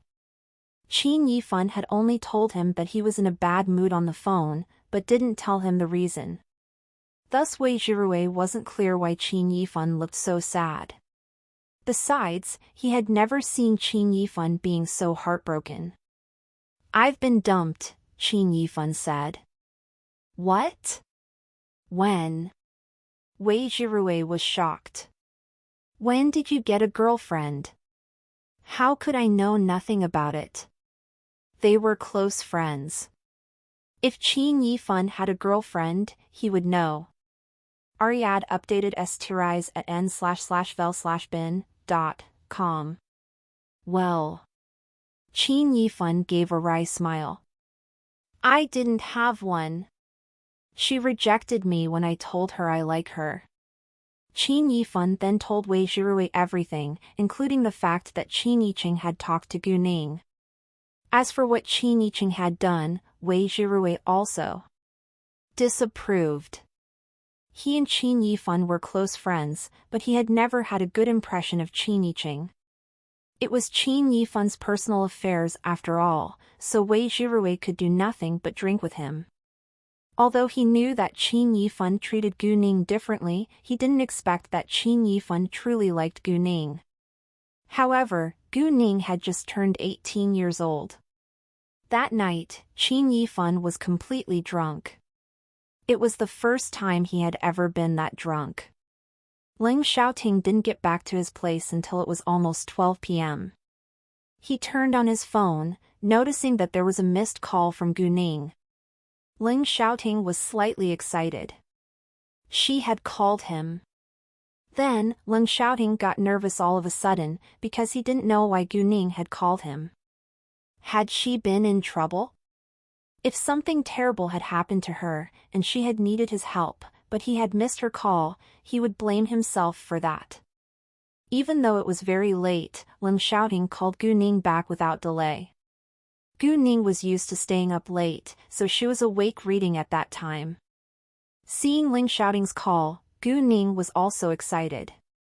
She even panicked a little. After breathing out a long breath, she answered the call. "Hi. Did you call me for an emergency?" Ling Xiaoting asked the minute he heard Gu Ning's voice. Although he felt concerned about Gu Ning, he remained cold as usual. "Can't I call you if nothing happened?" Gu Ning asked. "Of course you can," Ling Xiaoting replied. Hearing that Gu Ning was fine, he was relaxed. "Someone told me he likes me today," Gu Ning said. However, the moment she said that, she regretted it. She had no idea why she told Ling Xiaoting. However, Ling Xiaoting's heart tightened. He was disappointed, and asked in a hurry, "Do you like him?" Gu Ning, instead, had the sense that Ling Xiaoting was really nervous. And she was happy about that. She immediately asked him, "Do you want me to be his girlfriend or not?" "Absolutely not," Ling Xiaoting replied unconsciously. "Why?" Gu Ning followed up. "Because," Ling Xiaoting stopped for a second. When Gu Ning was full of hope, Ling Xiaoting opened his mouth again, "Because you're too young to fall in love. You should focus more on your studies." Hearing that, Gu Ning was annoyed. "No. I won't do that." She hung up on Ling Xiaoting afterwards. Ling Xiaoting was struck dumb by Gu Ning's reaction. Did I say something wrong? A man like Ling Xiaoting who didn't understand women at all could do nothing but let it go. That was also the reason why he suffered a lot when he chased his wife in the future. Meanwhile, in a 5-star hotel, Siti leaned against a sofa in silence. He had no interest in women in the past, because he thought that women were trouble. Thus there were no women around him for many years. However, now, he had a growing interest in Gu Ning. He wanted to know more about her, and meet her more often. The only problem was that he wasn't familiar with Gu Ning, so he lacked excuses to stay close to her. However, there was nothing or nobody he couldn't get as long as he wanted. He didn't tell Chu Xianfeng and Chu Peihan that he was interested in Gu Ning, which meant he couldn't ask them to help him either. Then what should he do? The big boss of the Qing gang felt cornered. The next day, Gu Ning went out to buy some tools. She planned to do the scavenger hunt tonight. Gu Ning did it not for money, but for curiosity, excitement and her special feelings towards ancient objects. Gu Man and Gu Qing also had a skincare appointment this morning, so they left together with Gu Ning, while Jiang Xingyue stayed at home alone. There was a computer in her home, and she wasn't willing to hang out with the adults either. Gu Man didn't ask why Gu Ning was going out today. She only reminded her to be careful. Gu Qingshan and Lin Lijuan along with Gu Xiaoxiao got on a plane leaving for City G as well. Gu Ning went to the beauty salon to meet Gu Man and Gu Qing after she had finished her shopping. They would eat and go for a walk later before they went back home. However, just as Gu Ning arrived at the door, she heard an altercation from inside. She recognized Gu Qing's angry voice, but she couldn't hear it clearly. Gu Ning felt uneasy, rushing in at once. Outside a private room, a group of people gathered. The noisy altercation was happening in the private room. "Ladies, please use another private room. It won't do you any good if you annoy Mrs. Wu." A beautician in her rose-red uniform persuaded Gu Qing and Gu Man in an arrogant way. "Why? That's your way of doing business? She's the one who postponed her appointment. Why should we leave?" Gu Qing was mad. Although she knew Mrs. Wu wasn't a common person, she couldn't tolerate her behavior. And Gu Man was so scared that she hid behind Gu Qing, which made Gu Ning feel uncomfortable. "So what? Do you know who I am? My husband is the president of Dongheng Real Estate, Wu Lianqin. What can you do to me?" the woman said, like she was the queen. Wu Lianqin, the president of Dongheng Real Estate, was exactly the man who had picked on Nguangyao at Master Qin's birthday party the other day. Gu Ning had talked with Nguangyao about Wu Lianqin after that. The man was very ambitious. As the president of the Dongheng Real Estate branch in City F, he even wanted to acquire Xinhua Real Estate as his personal property. However, he didn't want to pay much for it, so Gu Ning had won the chance. Besides, Wu Lianqin was a typical hypocrite who loved to trap others behind their backs. "Oh, your husband is the president of Dongheng Real Estate. So what?" Gu Ning separated the crowd walking inside. She looked at the woman with disdain. Visit novilbin.c/m for the L-test updates. Receiving Gu Ning's cold and harsh look, Mrs. Wu felt threatened and struck dumb. "Ning Ning." Gu Qing and Gu Man relaxed when they saw that Gu Ning was there. Gu Ning walked to them and asked with care, "Mom, Aunt, are you all right?" "We're fine, but just annoyed," Gu Qing complained. After a while, Mrs. Wu felt humiliated that she had been shocked and despised by a young girl. "What are you? How dare you not respect me?" "Well," Gu Ning sneered. "I don't think you deserve it. I don't care how powerful you are. Apologize to my mother and aunt, right now." "What? Impossible." Mrs. Wu couldn't believe it, and of course couldn't stand it. In City F, no one dared to talk to her in that way. "I don't care who you are. You must apologize," Gu Ning insisted. Mrs. Wu didn't expect that Gu Ning dared to argue against her. Not only Mrs. Wu, but the others were also surprised. Was she a more important figure than Mrs. Wu, or was she just being naive? Ning Ning, Gu Qing and Gu Man were slightly worried. They didn't want to cause more trouble. "It'll be fine," Gu Ning comforted them. She wouldn't give in today.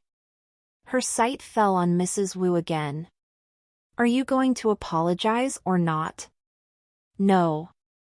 "So what?" Mrs. Wu didn't believe that this young girl could do anything to her. "Really?" Gu Ning sneered once more. She stared at Mrs. Wu in a colder way. Mrs. Wu was frightened. Especially when Gu Ning approached her, Mrs. Wu stepped backwards in fear. The beautician in the rose-red uniform was afraid that Mrs. Wu would be hurt in her workplace, so she immediately stopped Gu Ning. "Miss, it won't do you any good if you have bad blood with Mrs. Wu. Why don't you just forget it?" Gu Ning turned her cold look at the beautician. The latter felt as if there was a sharp knife around her neck, and she could be killed at any second. She was left cold and trembling. This young girl's look was so harsh and terrifying. Gu Ning ignored the beautician's feelings, but questioned, "Is this the way you serve your customers? You're snobbish and selfish." Then she pointed at the calligraphy on the wall. "Credit-based, customer first, sincere communication and equal intention." Are these lies? Hearing that, everyone criticized the beautician. The beautician immediately retorted, "Miss, please don't damage our reputation." No one was willing to come into a place where the workers were snobbish and selfish. If it went abroad, their saloon would be greatly affected. The beautician knew that her attitude wasn't right, but she was afraid of Mrs. Wu. She thought that Gu Ning would be the same. Unexpectedly, Gu Ning wouldn't yield to power or money. "Is it me, or are you damaging the reputation of this saloon? Who is the snobbish one?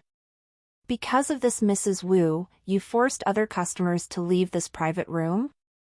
Gu Ning asked. "Exactly. It's her fault.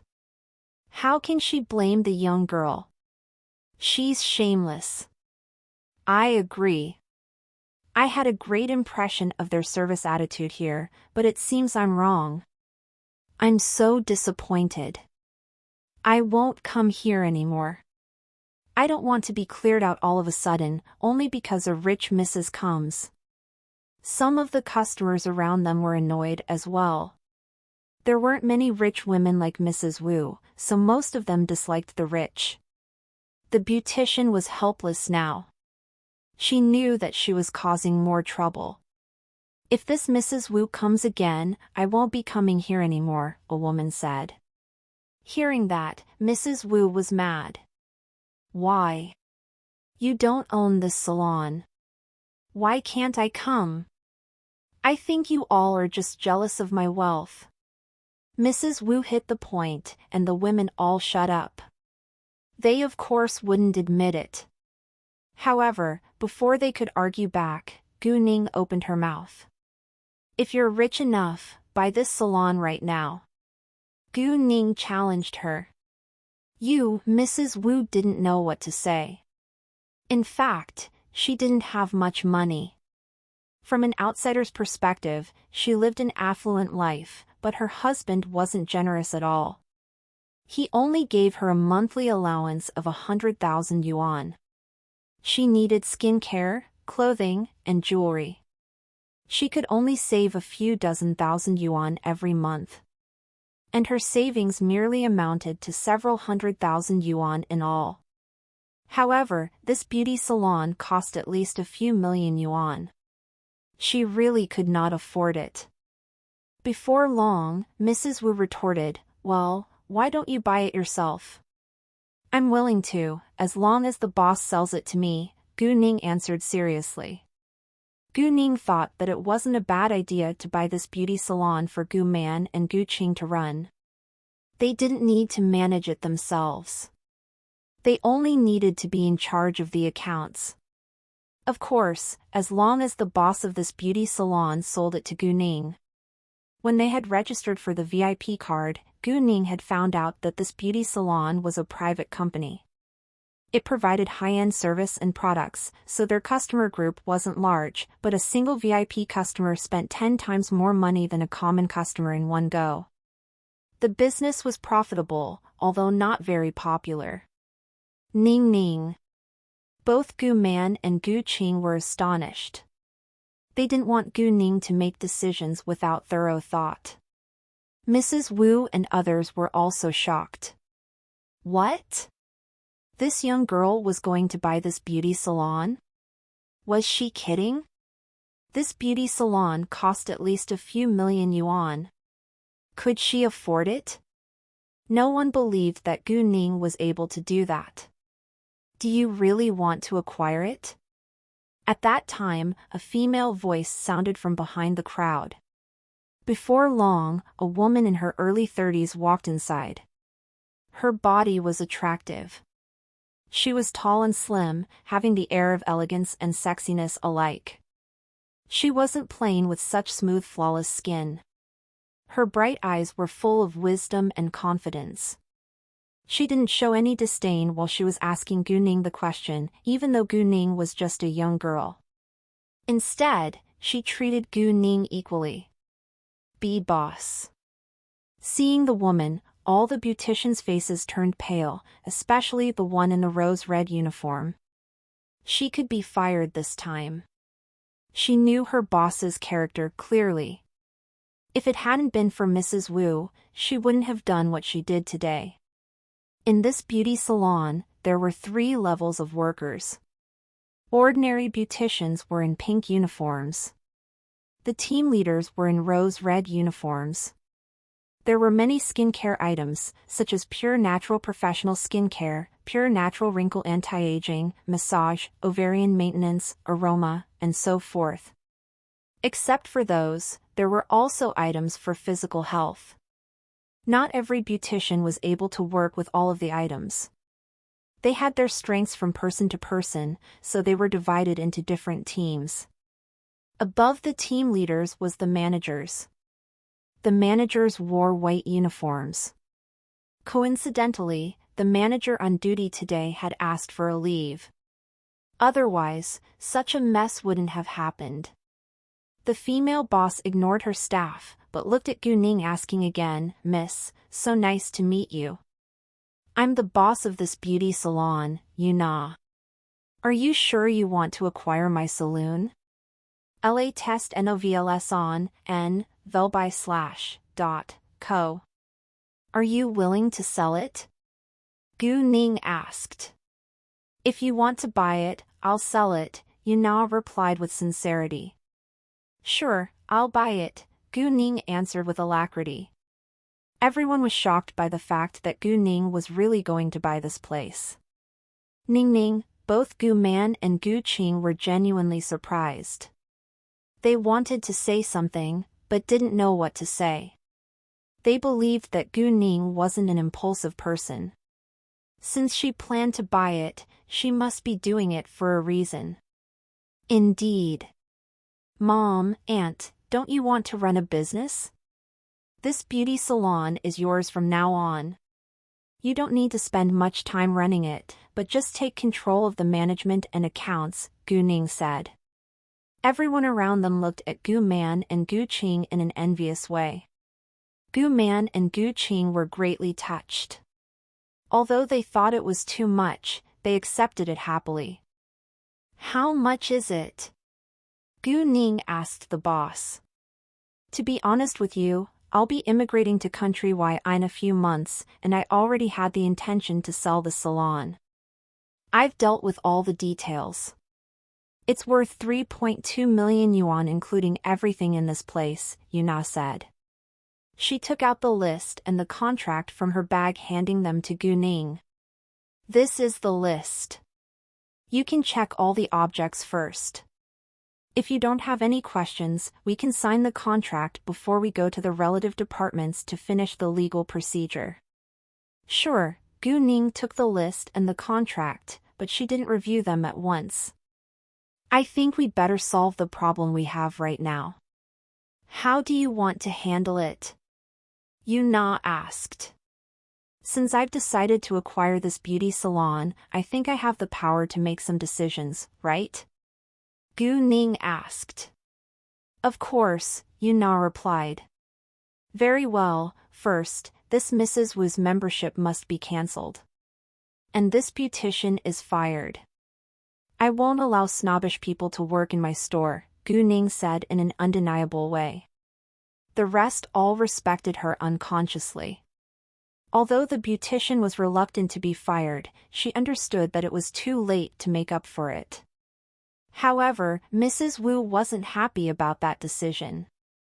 She questioned in anger, "Why should my membership be cancelled?" "Because I'll be the boss of this beauty salon soon, and I have the power to do so," Gu Ning said.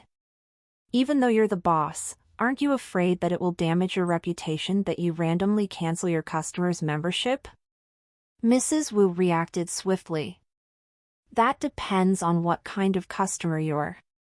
If it's a customer like you, who is arrogant and rude, sorry, you're not welcome here," Gu Ning replied calmly, which left a great impression on the others. Mrs. Wu was mad, but didn't know what to say. "Li, go take them to do the procedures," Yu Na offered.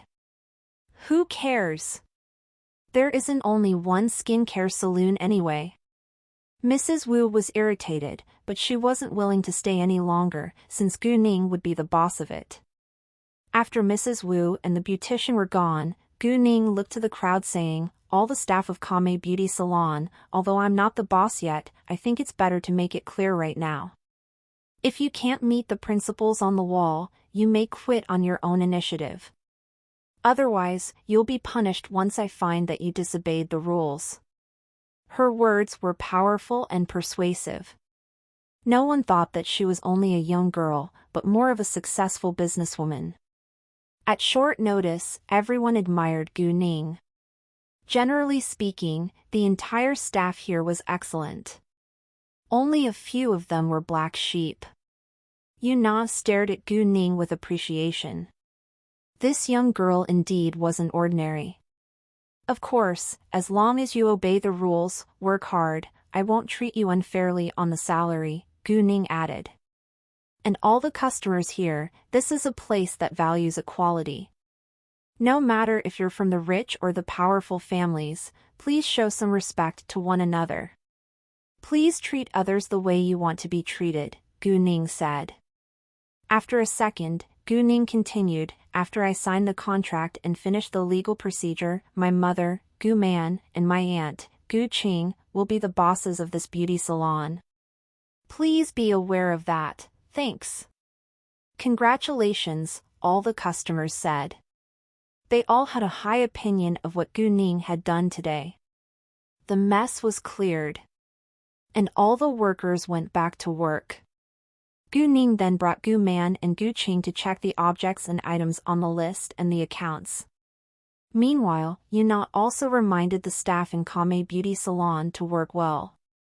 She believed in Gu Ning and hoped that others would do the same thing. Facing Yu Na, everyone trusted and agreed with her. With Gu Ning's outstanding ability, she finished all the lists and accounts within half an hour. There was nothing wrong. Yu Na was quite surprised by Gu Ning's efficiency. She asked, "Wow, you're so efficient. Is everything right?" Your favorite ovals at n/vl/bin.com. "I'm good at reading and memorizing," Gu Ning replied. She wasn't showing off, but proved her qualifications at the right time. "You must be an excellent student," Yu Na said. "You're right," Gu Ning answered. Yu Na smiled. She now appreciated Gu Ning more. She must be an extraordinary girl. "All right, it's almost 11 a.m. We need to finish the procedures before the department closes today," Yu Na took a look at the clock saying. Although it was a Sunday, the Industry and Commerce Bureau and the State Taxation Administration were still open. They went to the Industry and Commerce Bureau to register the property rights change information, and then went to the State Taxation Administration to register the equity information. Yu Na knew someone who worked in those two departments, so it was very smooth for them to finish all the processes. They finished it before 12 p.m. The legal entity was Gu Man, accounting for 51% shares. The only shareholder was Gu Qing, accounting for 49% shares. Both Gu Man and Gu Qing felt like they were in a dream even after they had finished the processes. It was too good to be true. From now on, they were the bosses of this beauty salon.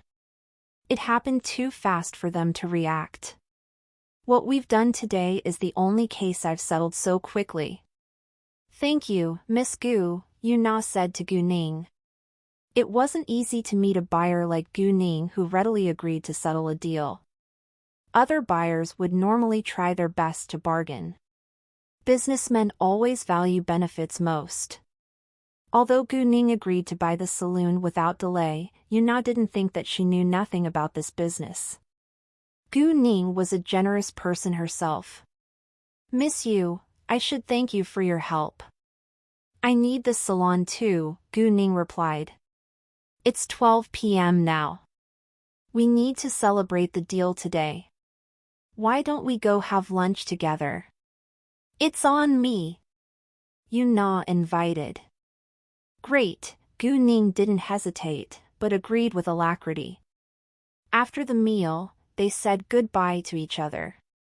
Gu Man and Gu Qing went back to the beauty salon to get familiar with this business. Gu Ning of course followed them back. Yu Na told Gu Ning and her family that most of the staff who worked in Kame Beauty Salon were nice people, except for a few of them who were snobbish. Yu Na wasn't sure that they would obey the rules, so she reminded Gu Ning to pay more attention to them. Kame Beauty Salon belongs to Gu Man and Gu Qing now, thus they needed to take care of it themselves. Gu Man was always mild and too kind. Gu Ning was worried that she wouldn't dare to criticize the staff if they did something wrong. Therefore, Gu Ning persuaded her mother to be strict when it was necessary. If your staff wasn't scared of you at all, the team couldn't work efficiently. Gu Ning also told her mother not to hesitate to ask her for help if she needed it. Gu Ning and her family left the beauty salon 2 hours later, but they didn't go back home. They went to a shopping mall instead. Since Gu Man and Gu Qing were starting to run a business, they couldn't dress too casually. Gu Ning planned to buy them several formal suits.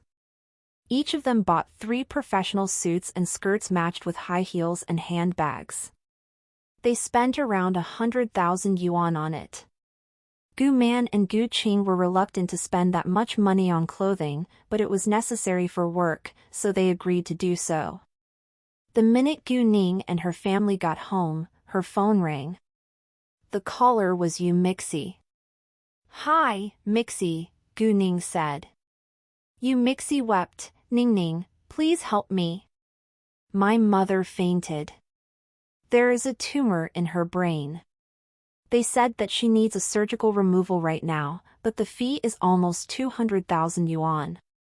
My family can't afford it. Can you lend me some money? Gu Ning was Yu Mixi's only hope.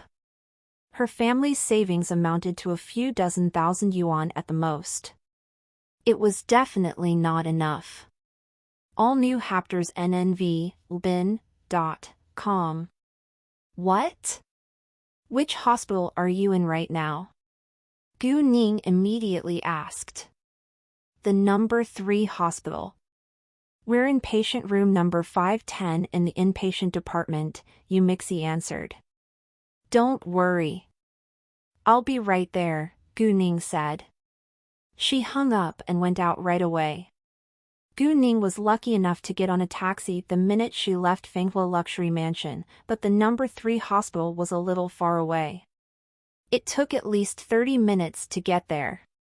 Gu Ning was afraid to delay the treatment time of Yu Mixi's mother, so she called her friends for help at once.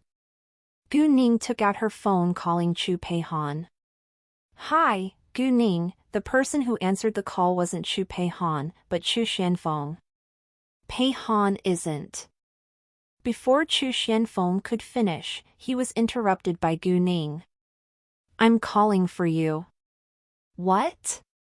Chu Xianfeng was surprised. Gu Ning added, do you know anyone who works in the number 3 hospital? Yu Mixi's mother passed out. There is a tumor in her brain, and she needs surgical removal right now. Yu Mixi's family doesn't have much money, so they aren't able to pay for the surgery. I'm on the way to the hospital now, but I can't get there until at least 30 minutes later. I don't want you Mixie's mother to wait for the surgery. Could you please help me let you Mixie's mother do the surgery first? I'll pay for it the minute I arrive. Of course. What's her mother's name? Chu Xianfeng asked. I don't know, but they are staying in patient room number 510 in the inpatient department. Yu Mixie is there too, Gu Ning replied. Great, let me handle it, Chu Xianfeng said before he hung up. Then he used his phone to call the director of the number 3 hospital. Although Chu Xianfeng served in a gang, he knew almost everyone with a tide. There were also people who served in the Qing gang that worked for the government, but they wouldn't commit any crimes. At that time, the director of the number 3 hospital was just about to get off work. Before he walked out of the hospital, he received Chu Xuanfeng's call. The director respected Chu Xianfeng a lot. Once he heard his request, the director immediately went to arrange it. The second Chu Xianfeng finished the call, Chu Peihan got home. Chu Xianfeng then told her what had happened to Yu Mixie. Chu Peihan was so concerned that she went straight to the hospital without eating. Chu Xianfeng wanted to go with her, but it wouldn't be appropriate if he left Siti alone. Unexpectedly, Siti asked to go with them. Both Chu Xianfeng and Chu Peihan were astonished. Why would Siti, who was the boss of the Qing gang, go to the hospital with them? However, they didn't have much time to think about that. The 3 of them drove to the hospital in a hurry. Siti went to the hospital for Gu Ning without a doubt. It was a great chance. On the way, Chu Xianfeng told Chu Peihan to call Gu Ning and tell her that he had arranged everything. I think we better call Mixie first. She must be super worried, Chu Peihan said. She then called Yu Mixie without delay. Knowing that her mother could get the surgery done soon, Yu Mixie thanked Chu Peihan with great excitement. Yu Mixie told her father the good news afterwards. Yu Mixie's father then found out that his daughter had turned to her friends for help. He was very grateful that Yu Mixie had many rich and kind friends who were willing to help his family. Although he didn't want Yu Mixie to borrow money from her friends, he didn't have another choice. His family was too poor to afford the administration fee. And none of his relatives were willing to lend them money. He didn't want to lose his wife, nor for his daughter to lose her mother. He felt very ashamed that Yu Mixie had to borrow money from her friends, but he was happier that his wife was saved. Once Yu Mixie's mother recovered, he would work harder to pay back Yu Mixie's friend. Chu Peihan called Gu Ning later telling her that the surgery was settled and that Yu Mixie was already aware of it. Within several minutes, a few doctors appeared in patient room No. 510. The director of this hospital was the leader. Who is Yu Mixie? The director asked. It's me. Yu Mixie immediately stood up. Her father was thrilled to see the doctors. Nice to meet you. I'm the director of the number 3 hospital. I just received a call from Mr. Chu. We need to administer the surgery to your mother right away.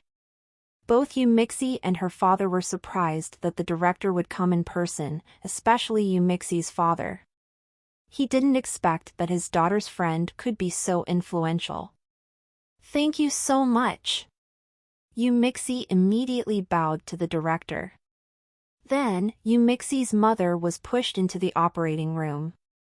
Yu Mixie and her father were waiting outside, but they weren't fully relieved yet, because the result was unknown. 30 minutes later, Gu Ning met Chu Xianfeng and the others by accident at the door of the hospital. They went to the operating room together. Ning, you're finally here.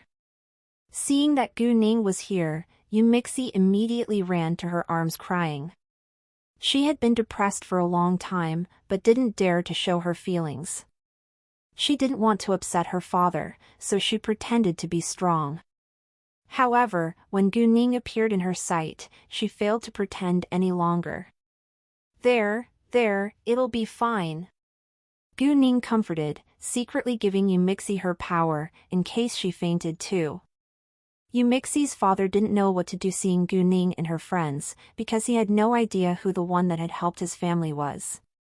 Yumixi, meanwhile, was busy crying, and forgot to introduce them to her father. Yumixi's father understood that Yumixi was unhappy and needed to vent her depression, so he didn't stop her. Luckily, Yumixi calmed down soon because of Gu Ning's power. "Let's go pay the bill," Gu Ning said. "Let me handle it," Chu Xianfeng interrupted. Around 200,000 yuan was nothing to him. 5DDEU up TS on NOV/E/LN.com. Most importantly, Yumixi was Chu Peihan's friend too. Although he wasn't an altruist, he was willing to help his younger sister's friend. "Yes, please allow us to do that for Mixi," Chu Peihan added. "No, I must pay it this time," Gu Ning said in an undeniable tone. Yumixi had turned to her at the very beginning for a reason, because they were closest friends. It would be less stressful for her to ask for help from Gu Ning. In addition, Yumixi was used to depending on Gu Ning, so Gu Ning decided to be her strong support. Seeing Gu Ning being so determined, they knew that there was no room to argue with her, so they didn't insist. "Thank you so much." Yumixi's father almost cried with tears in his eyes. He even wanted to bend on his knees for Gu Ning. Gu Ning immediately stopped him. "Please don't do that. I don't know how to thank you enough for lending us money. I promise I'll try my best to pay you back as soon as I can," Yumixi's father said. His wife was in danger. He didn't care that it was embarrassing to borrow money from a teenage girl. "Please don't worry about that. As long as Mixi's mother can recover, I can wait." Gu Ning actually had no intention to let them pay her back, but she didn't want to hurt Yumixi's father's dignity. After that, Yumixi along with Gu Ning went to pay the bill. Although for the sake of Chu Xinfeng, the director arranged the best doctor and a VIP patient room for Yumixi's mother, he didn't own this hospital after all, so it was impossible to get free medical treatment. They wouldn't have the final bill before Yumixi's mother left the hospital, so Gu Ning paid 200,000 yuan at first. "Ning, I honestly don't know how to thank you. I promise we'll pay you back as soon as possible," Yumixi said to Gu Ning. "Mixi, you don't need to pay me back," Gu Ning said to Yumixi. "What?" No, Yumixi was shocked. She couldn't accept it. She was already quite thankful that Gu Ning was willing to lend her money. How could she not pay her back? It was 200,000 yuan. Not 20 or 200 yuan. "Mixi, you told me your dream job is to be an accountant, right?" Gu Ning asked. Yumixi didn't understand why Gu Ning suddenly changed the topic, but answered, "Yes." "Good, let me tell you this. I'm going to start a business, and I need a person who I can trust to be my accountant in the future. Will you help me? If you're willing to, the 200,000 yuan will be your advance," Gu Ning said with sincerity. That wasn't the reason that Yumixi could not pay her back, but Gu Ning already had the idea of hiring Yumixi. She did this on purpose to comfort Yumixi. If Yumixi was willing to help her, it would be so much better. She was excellent at math and calculating. Once she gained more knowledge about accounting, Gu Ning believed that she would be an outstanding assistant. To win a person's loyalty, one could give her or him the best treatment, but the best way was to always let her or him be grateful to you. Unless the person changed in the future and betrayed the one who had helped her or him. Gu Ning wasn't 100% sure that Yumixi wouldn't change in the future, but at least she was more trustworthy than others. What? Hearing that, Yumixi was stunned. Gu Ning was going to start a business? No matter whether Gu Ning could be successful, Yumixi was of course willing to aid her.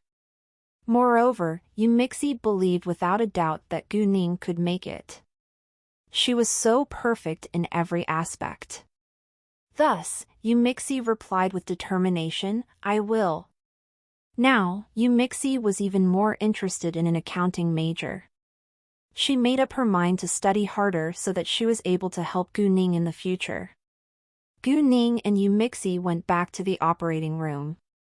She said to Chu Xianfeng and the rest people, "Why don't you go back now? I can take care of it." The surgery could last for a long time.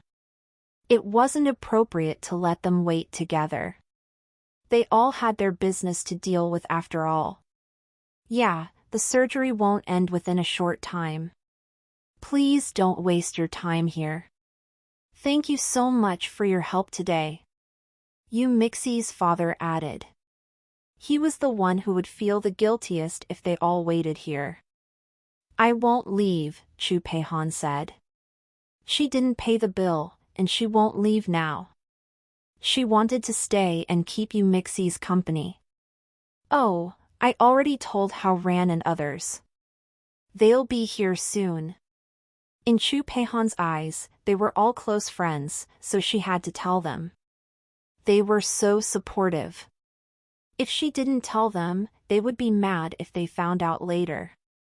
Gu Ning didn't say anything. It wasn't a bad thing, but Yumixi was a little embarrassed, because she knew the boys wouldn't come with empty hands. Since they would come, Yumixi couldn't stop them. They were good friends anyway. Chu Xianfeng couldn't make the decision himself. He looked to Situyi. "Let's wait for a while," Situyi said. Both Chu Xianfeng and Chu Peihan were greatly astonished. Since when had Situyi become so kind and gentle? In fact, Situyi intended to spend more time with Guning to impress her. Since they said that they were staying, Yumixi's father didn't insist. 30 minutes later, the surgery was still going on. Chu Xianfeng received a call and left afterwards to deal with his business. Chu Xianfeng was going to leave, and it wouldn't be appropriate if Situyi stayed. Thus they left together, even though Situyi was reluctant to do so. He had no excuse to stay after all. A while later, Hao Ran and the boys arrived in 2s and 3s with many bags of nourishing products, which shocked Yumixi and her father. Yumixi was fine with it, because she had witnessed it once when they had come to visit Guman, but her father had never seen so many gifts at a time. T from N0/V/LB/co/M. Why were all of Mixi's friends are from good families? Yumixi's father was slightly worried. He was afraid that his daughter made those friends for advantages. However, he didn't show his worry. He kept thanking them for their kindness. 20 minutes later, the light went off in the operating room, which meant that the surgery was over. A group of them ran ahead at once. The door was opened, and the doctor stepped out. "Doctor, how's my wife? Doctor, how's my mother?" Yumixi and her father asked with anxiety.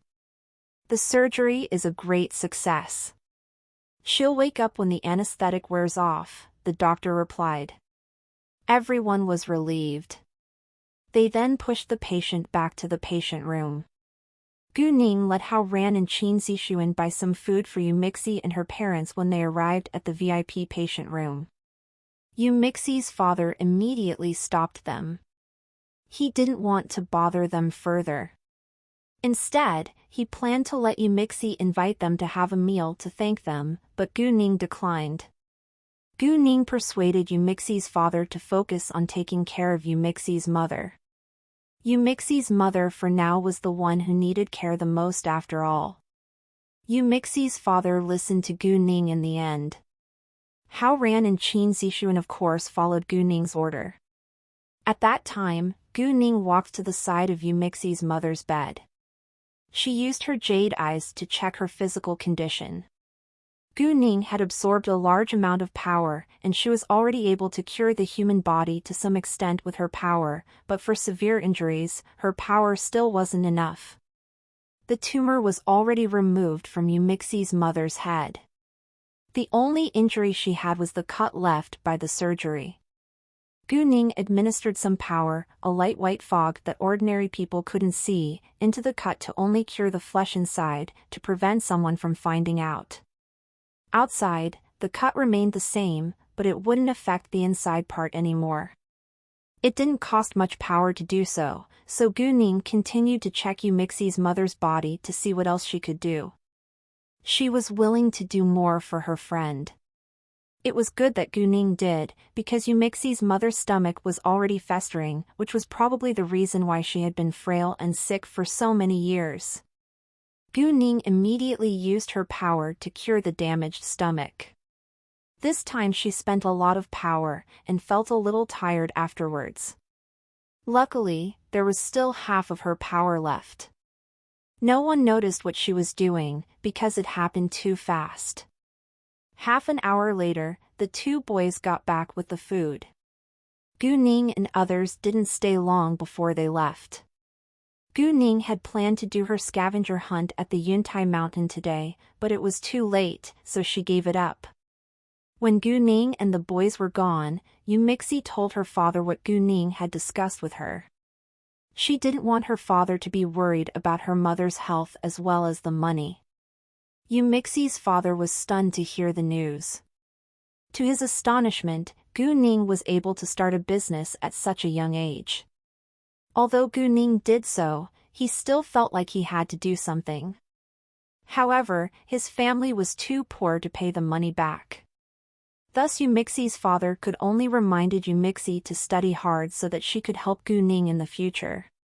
Gu Ning had saved her mother's life after all. If Gu Ning hadn't come to their aid, Yumixi's mother could only have waited to die. The next day, Gu Ning saw Leng shouting in a black suit waiting for her not far away, just as she just left Zone Ji. Leng shouting's sudden presence surprised Gu Ning, but she was also slightly thrilled. Why is he here? What is he doing here? Is he here for me? Why is he coming to me? A series of questions flashed by Gu Ning's mind. She suddenly realized that she was still mad at him. Therefore, she ignored him walking straight by him. Leng shouting was a little upset and nervous. He immediately stopped her. Wait. Gu Ning wanted to continue walking ahead, but in the end she stopped. What? I believe that you're too young to fall in love now. You should focus more on your studies, Leng shouting said. He was anxious. What? Gu Ning was annoyed. He comes here to remind me to stay away from romance just because I'm young? How can he do that? Gu Ning turned around raising her voice and shouted at him, It's none of your business if I'm in love. Who do you think you are? Mind yourself first, please. I heard that you have never even had a girlfriend. Are you a gay or something? After that, Gu Ning directly walked fast away. Leng shouting was struck dumb. He didn't understand why Gu Ning was so irritated. He did this for her good. He indeed had never ever had a girlfriend, because there was no woman who could walk into his heart, but he wasn't a gay either. In case Gu Ning misunderstood, Leng shouting caught her up at once. I'm not a gay. I don't care, Gu Ning replied in anger. I'm really not a gay, Leng shouting continued to explain. I told you I don't care, Gu Ning said. She stopped all of a sudden, but didn't expect that Leng shouting was right behind her. He hit Gu Ning's back unexpectedly. Ah! Gu Ning lost her balance falling forward. Luckily, with his outstanding agility, Leng shouting grabbed her waist, pulling her backwards. Gu Ning's back once again hit Leng shouting's muscular chest. And, she accidentally touched the man's sensitive part. It reacted even. Both of them changed their faces. Although Gu Ning had been with Qi Ziyue for 4 years in her previous incarnation, they had never slept together, so Gu Ning was still a virgin. As for Ling Xiaoting, he was absolutely a virgin too. Ling Xiaoting was turned on, and felt sexually excited now. He needed a cold bath right away. Before Gu Ning realized it, Ling Xiaoting let her go and started running away. There was no need for him to explain whether he was gay or not, because his reaction proved everything. At the same time, Gu Ning finally realized what had just happened. She ran out of Fanghua Luxury Mansion and to her school in a hurry. Her heart was in her throat now. She felt embarrassed and excited, and kept blaming Ling Xiaoting in her heart. If he hadn't knocked into her, it wouldn't have happened, but it wasn't actually Ling Xiaoting's fault. If she hadn't stopped all of a sudden, Ling Xiaoting wouldn't have knocked into her. He didn't want it to happen either. When Gu Ning got to school, she had almost calmed herself down. She went to the football field. Yu Mixi was there as well. Gu Ning asked, "Mixi, is your mother awake?" Yu Mixi looked a little pale, but beamed. "My mother woke up around 12 p.m. The doctor said my mother recovered very well. She can leave the hospital after a week." I was too happy to remember to send a message into our WeChat group to share the good news with you all. Discover NW Chapter SNN0EL by.com. It's fine, and I'm happy to hear it too, Gu Ning said. Ning, I told my father about what we spoke about. My father is also supporting me to study hard and help you in the future, Yu Mixi said. Great! Don't let me down, Gu Ning encouraged her. I won't. Yu Mixi was full of hope now. She promised that she would never disappoint Gu Ning. What are you talking about? Chu Pei Han, who stood not far away, noticed that they were talking about something, but didn't hear it clearly. She immediately approached them. We're discussing that someone's birthday is just around the corner. What gifts should we send? Gu Ning pretended as if she was thinking. She wanted to keep it a secret between Yu Mixi and her for now. Someone's birthday? Who? Chu Pei Han was excited at once. Birthdays meant a party was also around the corner. Whose birthday? Hao Ran and the boys came near too. If it was their friend's birthday, they of course must celebrate it. Gu Ning rolled her eyes, looking at Chu Pei Han. I think the answer is pretty clear. Chu Pei Han was struck dumb for a second before she realized that her birthday was only half a month away. She forgot her own birthday. Chu Pei Han was a little embarrassed, but she became thrilled the next second. Ha ha. My birthday is half a month away. How could I forget about it? Boss, how did you know? I don't think I told you that. Chu Pei Han was curious. You didn't tell me, but I saw it. When we went to register for a room last time, I noticed your ID card, Gu Ning said. What? Hearing that, not only Chu Pei Han, but the rest were also shocked. What an outstanding memory Gu Ning had. Nevertheless, in their eyes, Gu Ning was a goddess, so they gradually grew accustomed to finding out about her unusual abilities. Boss, that's incredible. I must invite you all to have a luxurious meal and throw a great party. As for the gifts, I don't care, Chu Pei Han said. Well, I was considering preparing a valuable gift for you, but since you said so, I'm fine with that. I can save a lot of money, Gu Ning said. Hearing that, Chu Pei Han couldn't remain calm. She argued at once, Boss, I was just saying that. Please don't take it seriously. Everyone burst into laughter. In Fanghua Luxury Mansion, Ling Xiaoting sat on the sofa thinking, after a cold bath in Su Jinshan's place. Because of his unexpected physiological response, he was growingly clear about his feelings towards Gu Ning. He had never loved a woman, so he wasn't sure whether he had indeed fallen in love with Gu Ning, but he was certain that he felt disappointed to see her being unhappy, so he had even let her keep the gun, which was illegal. When Su Jinchen had told him that he was going to chase Gu Ning, Leng Xiaoting had been displeased. Thus he had deliberately forced Su Jinchen to go on the task together with him to prevent them from getting closer to each other. When Gu Ning had given him a hint that she'd probably liked him, his heart had beat so fast and he had stayed awake all night. When Gu Ning had told him someone wanted her to be his girlfriend, Leng Xiaoting felt extremely uncomfortable. He had to stop her. That was the reason why he had flown all the way back to City F. When thinking of her, he felt relaxed and sweet for no reason. Perhaps he had indeed fallen in love with Gu Ning. An abrupt ringtone interrupted Leng Xiaoting's thoughts. He was a little displeased, but still answered the call. It was from Su Jinchen. The minute Leng Xiaoting answered it, Su Jinchen opened his mouth. Hey, boss, where are you now? What's up? Leng Xiaoting asked. Nothing, I just feel that I have nothing to do right now, and I wanted to tell you that I'm going to find the girl that I like. I'd hate to go on a blind date arranged by my family, Su Jinchen complained. The girl he liked? All of a sudden, Leng Xiaoting remembered that Su Jinchen had told him before that he wanted to chase Gu Ning.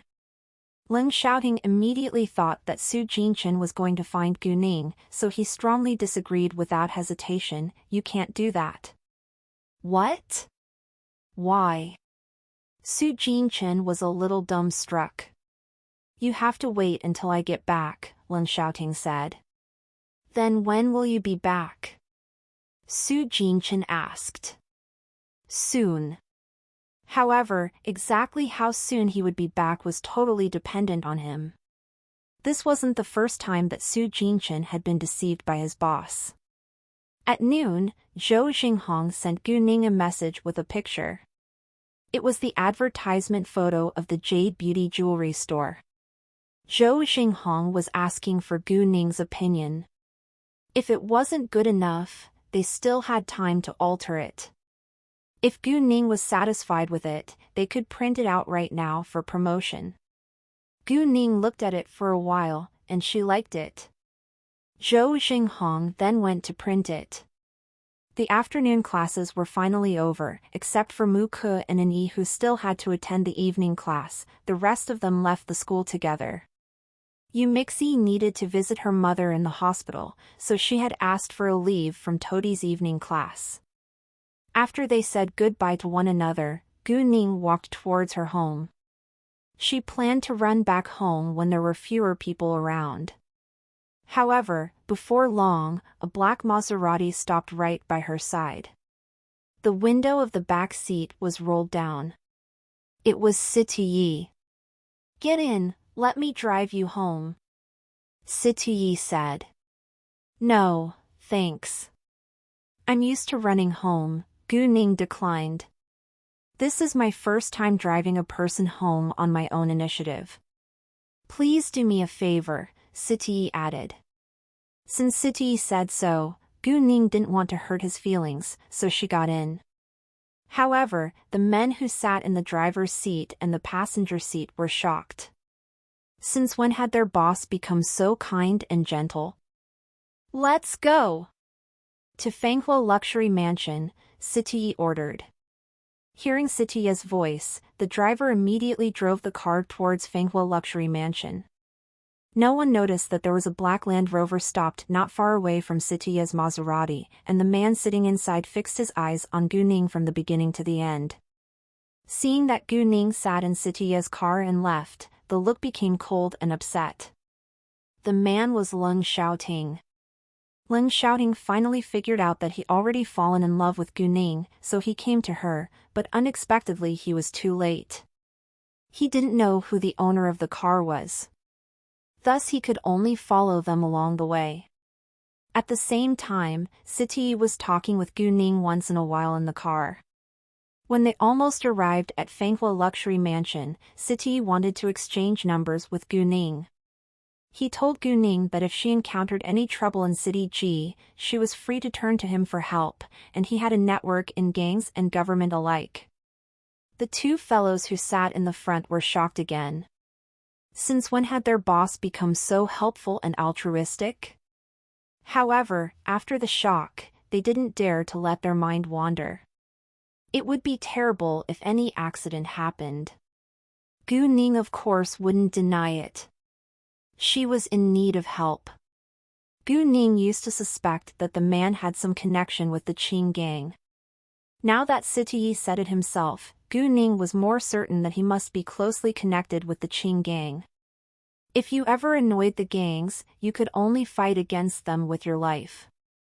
Therefore, it was very important to build up a network. Gu Ning got out of the car at Fanghua Luxury Mansion. She thanked Siti Yi before she walked inside. However, Siti Yi's car didn't leave right away. He rolled down the window watching Gu Ning leaving. Exactly because of that, Ling Xiaoting saw the men in the car while he went by. Discover new chapters at novelby.co. Another car stopped by Gu Ning's side when she walked halfway. A man got out of it. It was Ling Xiaoting. Seeing Ling Xiaoting, Gu Ning immediately thought of what had happened this morning. She was a little nervous, but the next second, she changed her face. Ling Xiaoting questioned her directly, "Is the man who wanted you to be his girlfriend the same man who just drove you back?" Gu Ning was unhappy that Ling Xiaoting talked to her in that way. She felt offended. "I don't think it has anything to do with you. It's none of your business," Gu Ning said. Gu Ning's attitude made Ling Xiaoting believe that he guessed correctly, so he continued to persuade her, "You don't match. He is a dangerous man." Gu Ning frowned a little. Ling Xiaoting must know him. She was getting curious. "Why is he dangerous? Do you know his real identity?" "He's Siti Yi, the boss of the Qing gang," Ling Xiaoting answered. His voice showed apparent dislike towards the Qing gang. "What?" Gu Ning was stunned. She had assumed that the man must be closely connected with the Qing gang, but unexpectedly, he was the boss. After hearing Siti Yi's real identity, Gu Ning thought that it was a good news instead. The boss of the Qing gang. Not bad. Then he'll be able to solve any problem within a second, Gu Ning said in a proud tone. Hearing that, Ling Xiaoting was displeased. He retorted, "I can help you too, and I'm better than him." This was the first time Ling Xiaoting had complimented himself before others. Gu Ning was surprised. She knew that Ling Xiaoting wasn't bragging. She had had a fight with Ling Xiaoting and Siti Yi separately, and it was true that Ling Xiaoting was better than Siti Yi, but a lone wolf couldn't beat a group of wolves. It's essential to have a strong team too. Ling Xiaoting hated to see that Gu Ning admired Siti Yi, but doubted him. He felt hurt. "I can't tell you my real identity right now, but I promise no matter what he can do, I can do better than him," Ling Xiaoting said with confidence. Gu Ning didn't find out about Ling Xiaoting's pride until now. She wasn't dumb, and she knew what was on Ling Xiaoting's mind from his attitude. "Oh, really? Nevertheless, I don't think that matters to me," Gu Ning said on purpose, although she was thrilled in her heart. "I can help you," Ling Xiaoting said. "Why are you willing to help me?"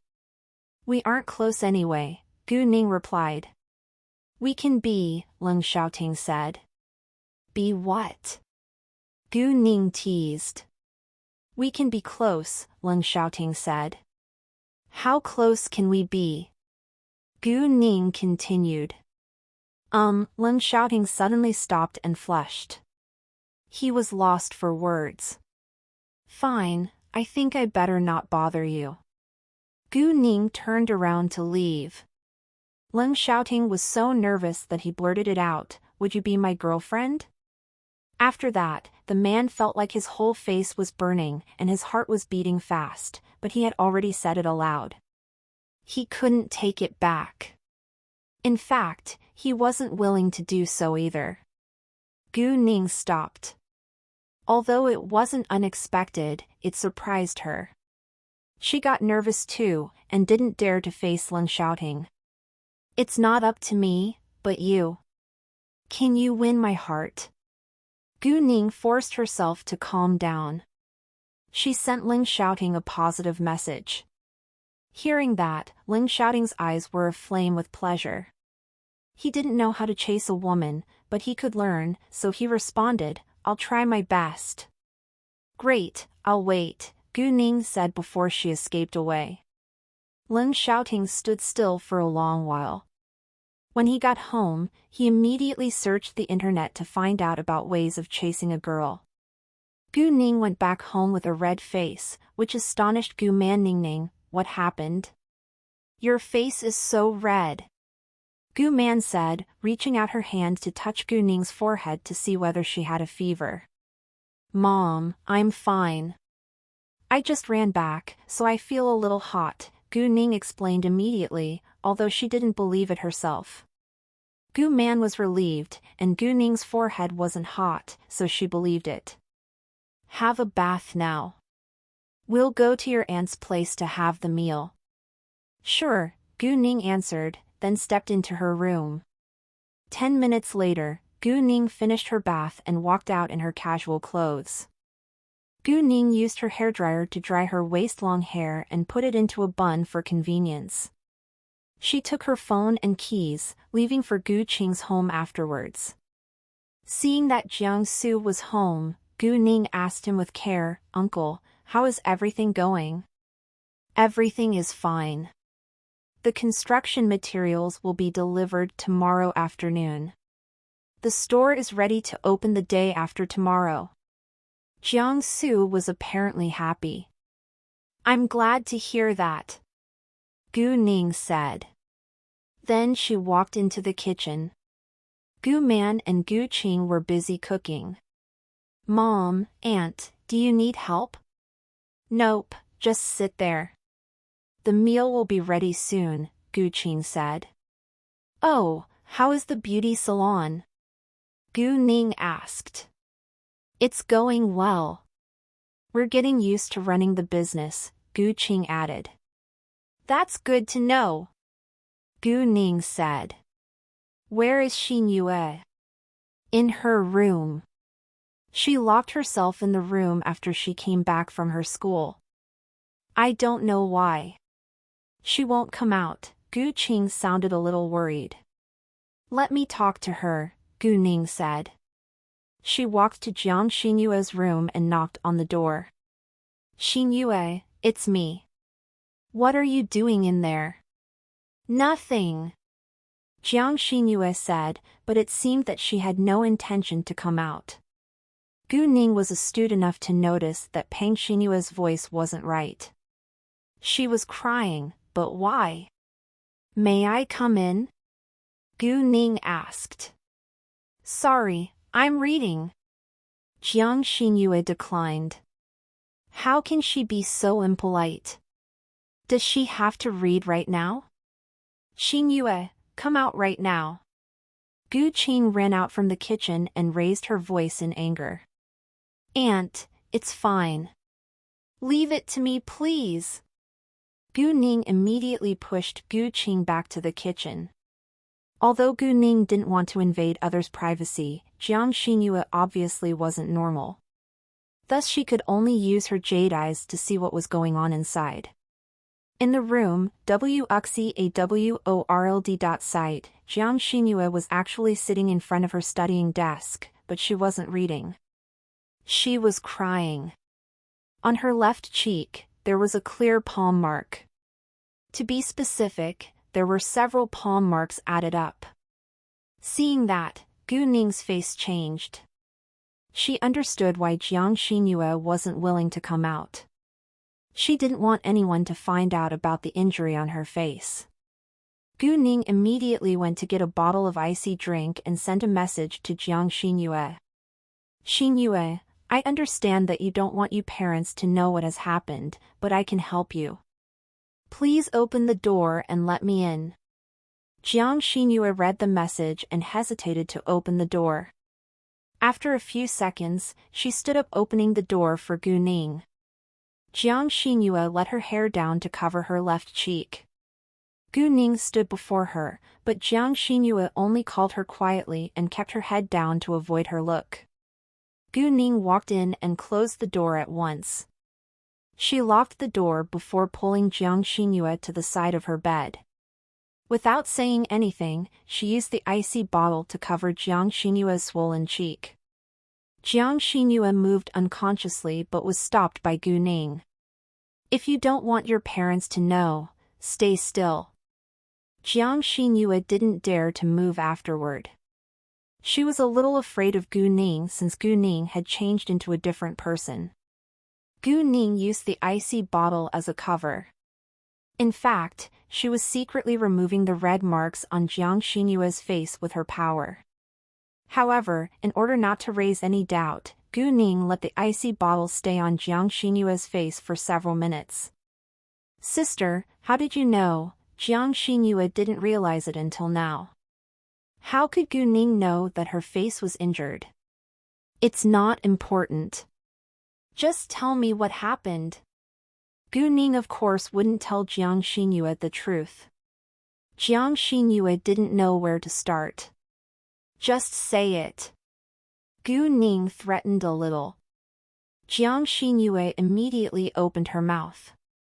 A boy in our school likes me and sent me a letter, but I didn't take it.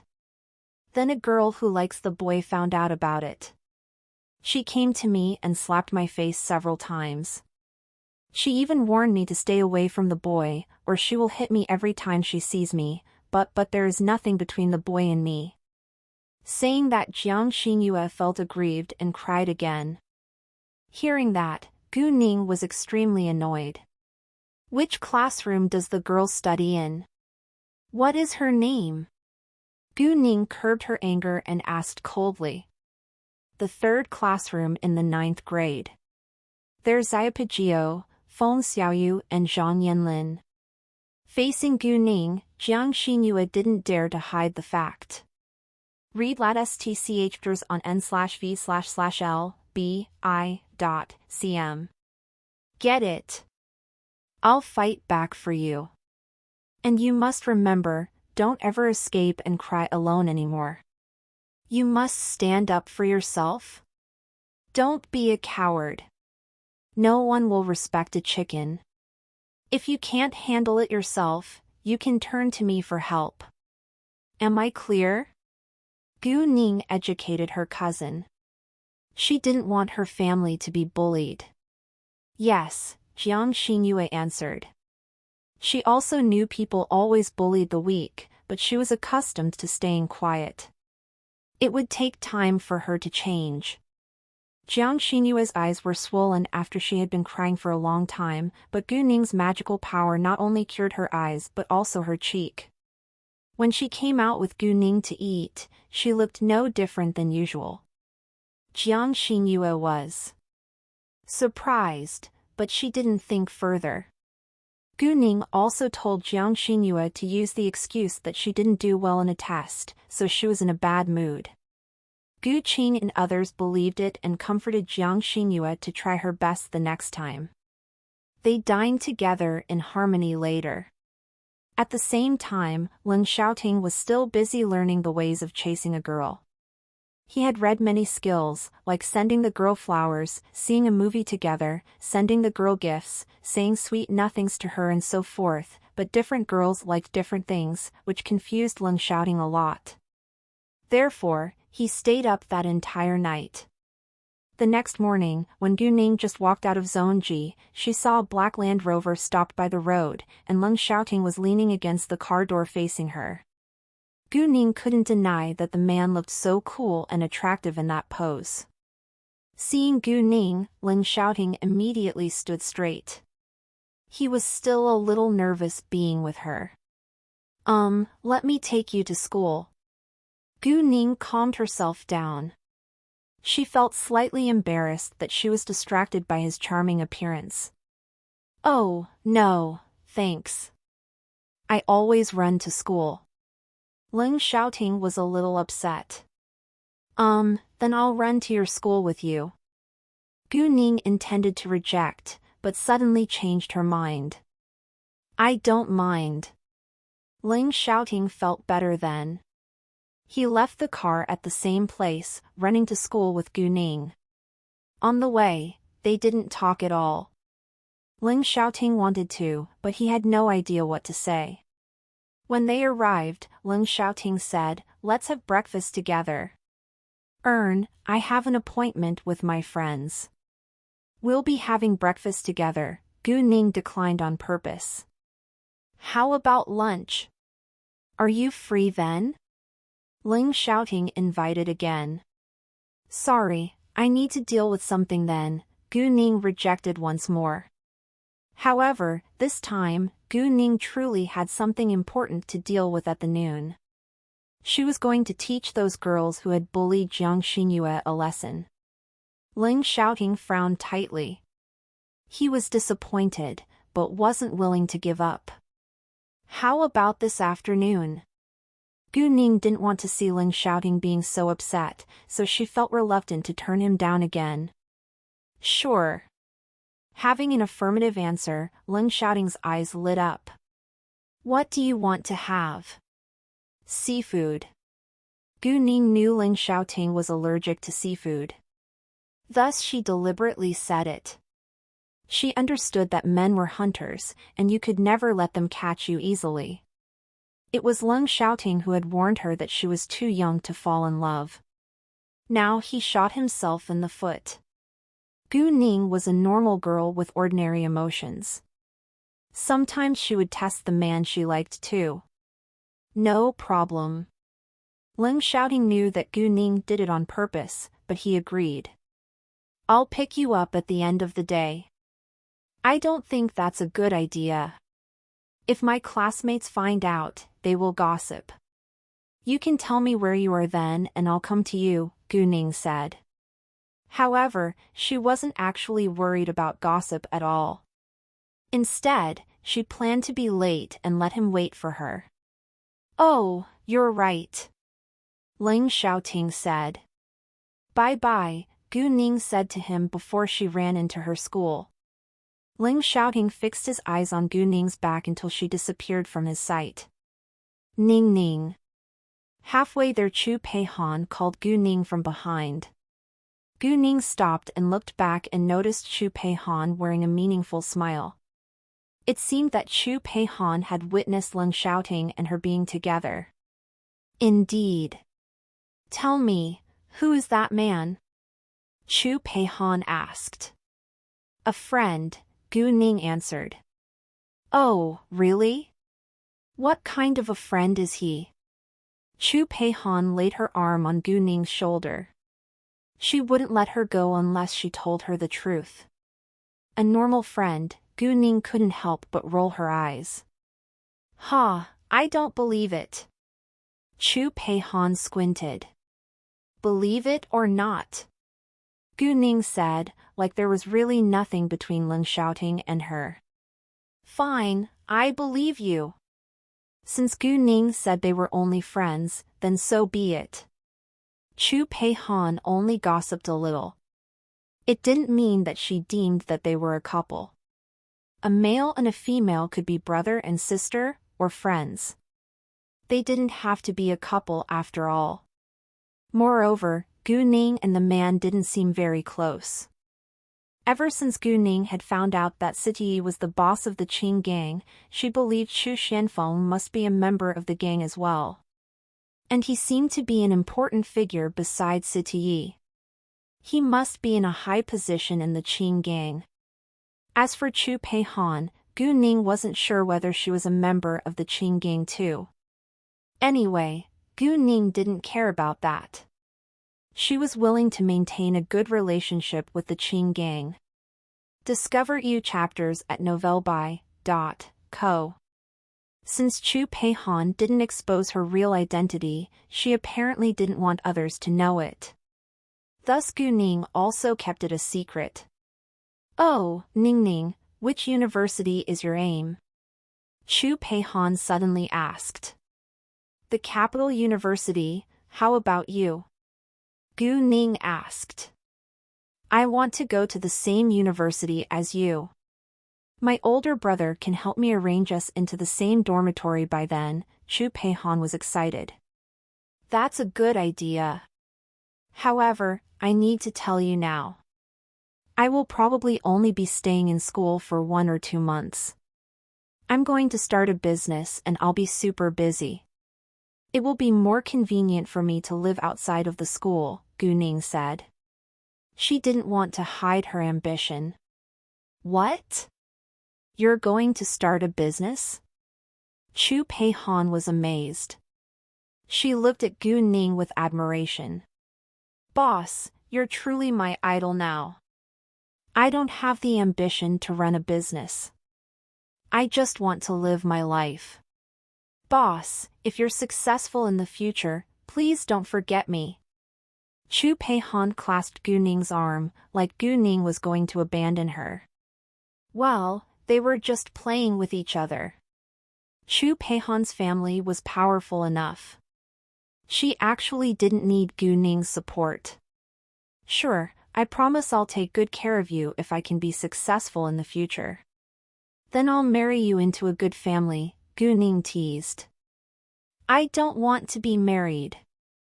I want to be single and free," Chu Peihan retorted. Gu Ning smiled. Different people had different thoughts.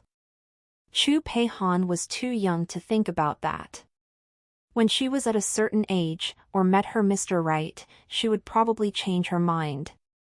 In City G, Zhou Xinghong was ready to advertise in the morning. In addition to the outside wall of their store, the advertising space was the LED display on the facade of the downtown shopping mall and the wall on the other side of the mall. It seemed like only a little, but the advertisement was persuasive. On the LED display, it was played every 10 minutes. "Jade, the essence of all things, enjoys the reputation of the crown of valuable stones. It has the good meanings of luck, wit, nobility, and fortune. Jade Beauty Jewelry will create high-end jade jewelry. The grand opening ceremony will be held on Saturday, December 12th. Each client can have a 10% discount. You can also make a reservation for the King's Green, the King of Jade. Address, XXXXX. The characters on the advertisement was strictly limited because it was charged by seconds. Gu Ning didn't mind though. People might ignore the beginning of the advertisement, but the King's Green attracted a lot of attention. There weren't many people who knew a lot about jade, but most of them had heard of the King's Green. The advertisement on the wall of the shopping mall was a 5-meter-long, 2-meter-wide poster. The top 3 English words were the King's Green with a large picture of it. It was very eye-catching and attractive. The King's Green was their most important selling point, but they also had many more beautiful jade jewelry pieces made of medium high-level and high-level jade. Each consumer could have a 10% discount on the day of the opening ceremony. A 10% discount wasn't small. If you paid 1 million yuan, you could have 100,000 yuan off, which was quite a lot when it came to jade. The advertisement for Jade Beauty Jewelry didn't have much effect on ordinary people and those who disliked jade, but it caused a sensation in the jewelry and jade industry. The main reason was the King's Green. The level off jade used by Jade Beauty Jewelry was also astonishing. It was a high-end brand, mainly producing jewelry made of at least medium high-level jade. There wasn't an abundant amount off jade in City G, so it was hard to find high-level jade. Jade Beauty Jewelry must be super rich and powerful to acquire so much high-level jade. Many jade experts and businessmen had an intense interest in the King's Green. They all wanted to be the first group of people to have a look at it. Many of them also planned to buy it for their collection. Although they had seen many kinds off jade and didn't lack it, most of their collection was common or medium-level jade. Let alone the King's Green, few people had seen it and fewer owned it. Even if you had enough money, you probably wouldn't have a chance to buy one. Jade Beauty Jewelry opened its official Weibo account, which was written on its advertisement post. Thus many subscribed to follow the brand within a short time. Yesterday afternoon, Gu Ning called Master Fu, Master Yan and Master Bai separately, telling them that she had cut out the king's green and was going to show it at the opening ceremony. All the jewelry was available for reservation on that day too. She would guide them to have a look first when she went to City G. Each master was thrilled to hear the news. They all urged Gu Ning to come to City G as soon as possible. Both Master Fu and Master Bai wanted to buy the king's green, but Gu Ning declined. If they wanted it, they could make a reservation for it at the opening ceremony. Gu Ning was a businesswoman right now, and profit was her first priority. The two masters were businessmen as well. They understood Gu Ning's decision and didn't insist. At the same time, Master Bai and Master Fu planned to reserve a wide jade ring made of the king's green. They did that because they cherished the king's green and to help Gu Ning's business as well. Master Yan was more interested in antiques than jade, so he wasn't involved in the competition. He mainly wanted to have a look. However, Master Fu and Master Bai were both looking forward to Gu Ning's arrival. It was a torture for them to have to wait. Although Gu Ning had told them beforehand, Master Fu and Master Bai were excited to see the advertisement because they were able to see the king's green. Nevertheless, it was only a picture of it. They still had to wait for a while longer to see it in real life. Li Jinyu also called Qin Yifan after he heard of the news. Qin Yifan was shocked. He intended to have a look at the opening ceremony of Jade Beauty Jewelry as well. Gu Ning left her school at noon, but Gu Ning was always absent, so her friends complained that she wasn't a qualified boss. Gu Ning truly had something serious to deal with, and they couldn't stop her from doing it. Actually, Gu Ning also felt embarrassed. She had been so busy recently and didn't have much time to train them. The number 3 high school wasn't far away from the number 4 middle school. It only took Gu Ning 10 minutes to run there. Gu Ning climbed over a wall to get into the number 4 middle school directly. Their school uniforms were in the same color, but in different design, so no one would notice that Gu Ning was from another school unless they took a closer look. When Gu Ning arrived, she called Jiang Xinyue. Jiang Xinyue answered it, but didn't say a word. However, Gu Ning was able to hear the voices through the phone. Jiang Xinyue, I've warned you to stay away from Qinghang. How dare you ignore it? I didn't. It's he who came to apologize to me for what you did to me yesterday, Jiang Xinyue said. Apologize? Why? You deserved it. That was insane. Gu Ning was immediately aggravated. Very well, she had thought that it would waste her time to find them, but unexpectedly, they were right there. However, Gu Ning could only hear their voices. She had no idea of their location. Luckily, Gu Ning had acute hearing. She recognized the sounds around Jiang Xinyue through the phone. It was a sound created when trees swayed and the leaves rubbed against one another. It had to be a place where there were many trees. Gu Ning immediately thought of the woods. She had gone to the number 4 middle school when she was younger, so she was familiar with it. There was a lane in the woods. Therefore, Gu Ning immediately ran to the lane. She ran very fast, even quicker than a professional athlete. Everyone on the way was shocked. However, when they finally got their mind back and wanted to record it with their phones, Gu Ning was already gone. Voices continued to sound from the other side of the phone. Since you won't listen to us, I need to teach you the lesson again. Hearing that, Gu Ning was nervous. She was afraid that Jiang Xinyue would be hurt. Indeed, she soon heard a loud slap sound followed by Jiang Xinyue's agonized scream. Gu Ning's anger was burning now. Damn it! Discover W stories on no/e/lbin.com. She had planned to punish them lightly, but now it seemed like she had to make them regret what they had done to Jiang Xinyue.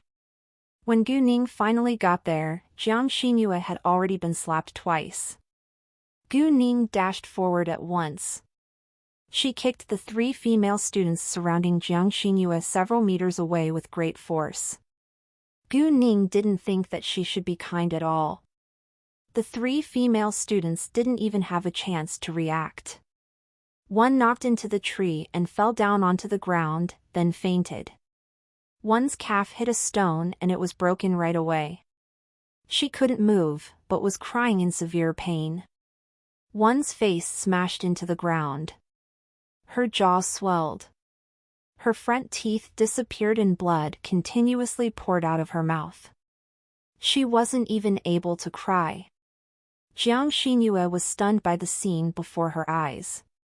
There were students in 2s and 3s in the wood. They were all shocked by Gu Ning's strength. Although they felt sorry for what Jiang Xinyue had suffered, no one dared to help her. However, now seeing that people were hurt, someone immediately went to tell the teacher. Gu Ning noticed, but she didn't care. She couldn't run away right now, and couldn't leave Jiang Xinyue alone either. She would deal with the mess that she had caused. Sister, Jiang Xinyue's voice was trembling. They. Although Jiang Xinyue was greatly surprised by Gu Ning's power, she was frightened by the result. Jiang Xinyue had no sympathy for them, but was afraid that Gu Ning and her would get in trouble if those girls were severely injured. Relax. They'll be fine and so will we. Trust me. Gu Ning looked at Jiang Xinyue and comforted her gently. Jiang Xinyue believed Gu Ning. Since Gu Ning said that they would be fine, she believed they would be fine. Read lat.stchers on n/v/l.bi.cm. Gu Ning had only kicked them once, and she was still annoyed, but they were already badly injured, so she didn't continue to beat them. Before long, a younger male and a female teacher arrived.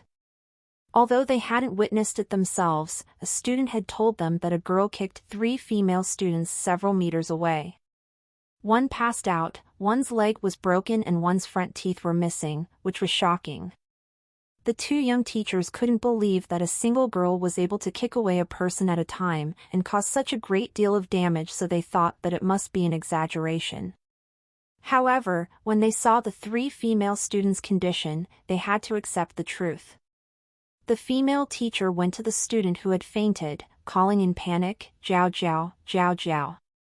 The student had no reaction. She immediately called an ambulance, while the male teacher asked, "Who did this?" "It was me," Gu Ning admitted with alacrity. She didn't seem afraid at all. The male teacher's sight fell on Gu Ning. He recognized that Gu Ning wasn't a student here, but was from the number 3 high school. He was irritated, questioning, "You're a student from the number 3 high school. Why did you come here and beat our students?" Gu Ning met his angry look, showing no fear at all. "Because they slapped another student first." The male teacher frowned a little. "Who did they slap?" "My cousin," Gu Ning answered, pointing to Jiang Xinyue. The male teacher looked to Jiang Xinyue, and the latter moved in fear. Her half-swollen face was still bare in the air. However, there were only 2 overlapped palm marks on Jiang Xinyue's face, while the 3 female students were lying severely injured on the ground. Thus the male teacher tended to protect Xia Jiao Jiao and the other 2 girls. "I think she looks fine, but you've beaten them heavily. It's too much." "What? She looks fine after having been slapped twice?" Gu Ning sounded threatening. Her cold look was like a sharp icy knife aiming at the male teacher, who immediately felt frozen. Gu Ning then pointed at the three girls arguing in anger. These girls, especially the one named Xia Jiao Jiao, slapped my cousin just because a boy who she likes wrote a letter to my cousin. How could she do that? Who gave her the right to do that? The point is my cousin didn't take the letter. This morning, the boy came to apologize to my cousin for what she had been through. And then, these girls slapped my cousin once more. Why can they slap my cousin, and I can't fight back for my cousin?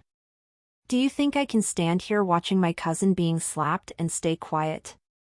If you were me, would you be quiet? Gu Ning was aggressive with her words, and the male teacher felt overwhelmed. This girl was so strong and powerful. She was even more terrible than the principal. Luckily, the male teacher was a reasonable man. He felt ashamed after Gu Ning's argument. Nevertheless, no matter what, it's the fact that you've injured them. I've already called the police, and you can't get away with it. The female teacher wouldn't let Gu Ning go, although she also felt the pressure from her. Xia Jiao Jiao and the two female students shouldn't have slapped Jiang Xinyue, but Gu Ning also had to take responsibility for what she had done.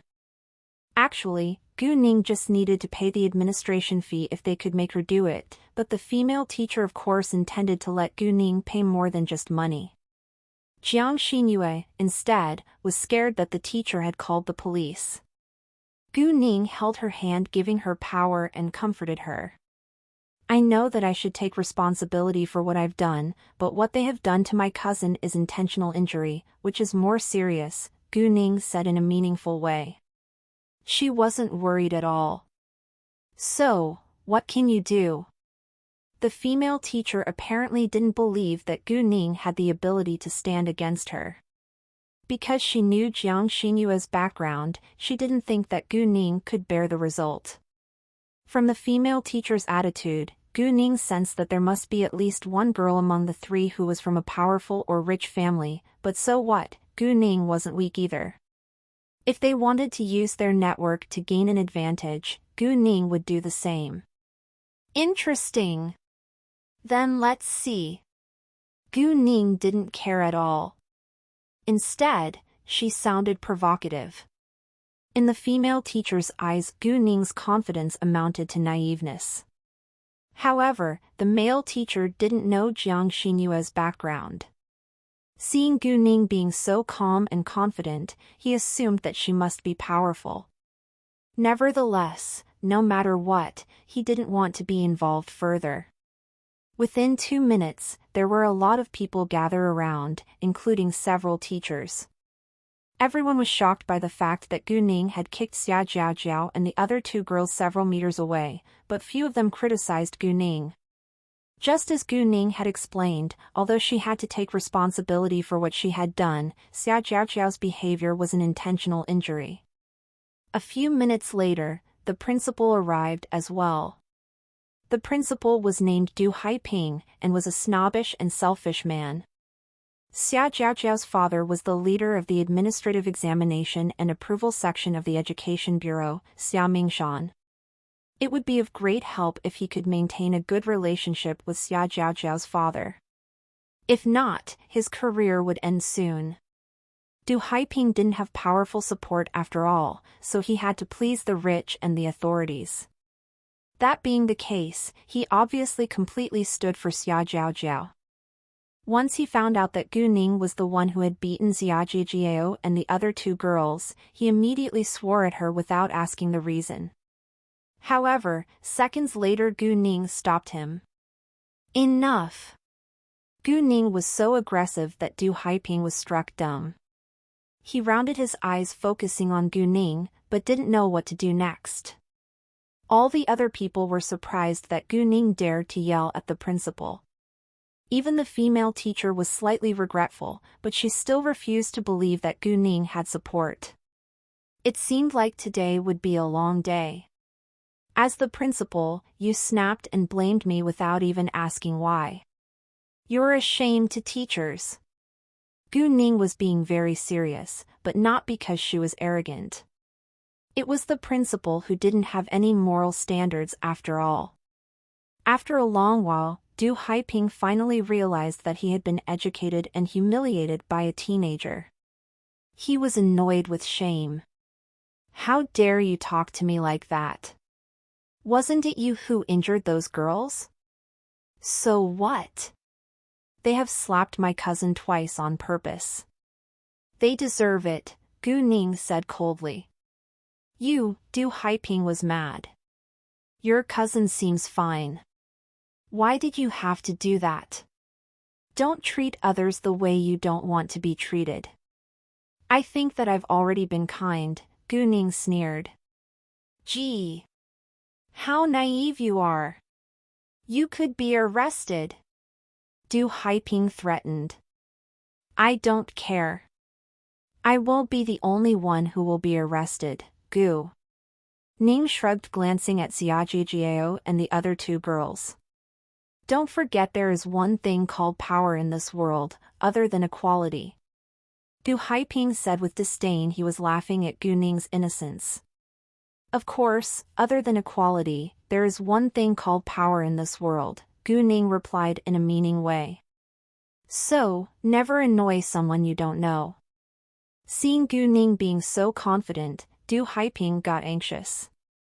Is this girl from a powerful family? Right at that time, they heard police sirens in the distance.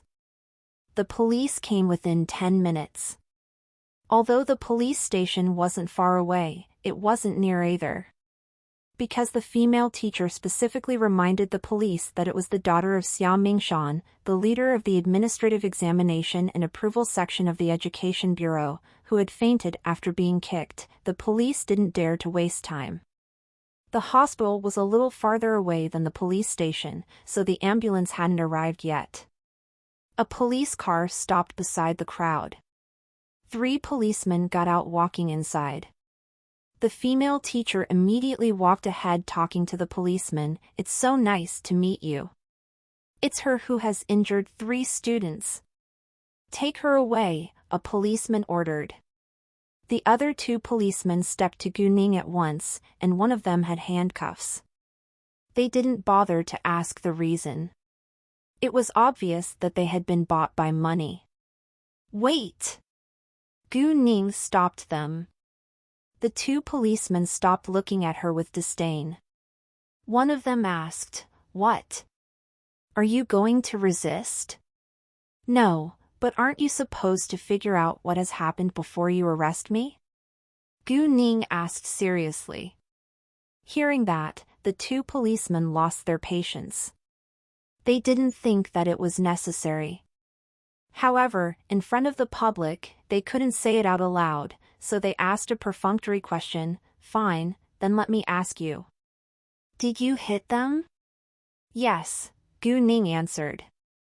Then I don't think there is anything wrong if we arrest you, the policeman said. Nevertheless, they also slapped my cousin. You should arrest them all as well, Gu Ning retorted, pointing at Xiaopijio and the other 2 girls. You need to go to the police station to write down the arrest record now. They are injured and have to go to the hospital right away. We'll have another policeman talk to them in the hospital, the policeman said. The policeman put it so well, but only to deceive the crowd. He wouldn't do the same thing behind everyone's back. Gu Ning understood that. She only argued because she didn't want to be regarded as a criminal. Sure, but it's only a civil dispute. I'm not a criminal. You don't have a right to handcuff me. Gu Ning also understood that it was a trap to go to the police station, but she wasn't afraid of it. Fine, let's go. The policeman agreed. Gu Ning didn't move right away, but looked at Du Haiping. She threatened, Principal Du, if my cousin is hurt when I'm not here, you will be replaced for sure. Her cold voice was quite persuasive. Du Haiping had to believe that Gu Ning had the ability to replace him. She couldn't let Jiang Xinyue go to the police station with her.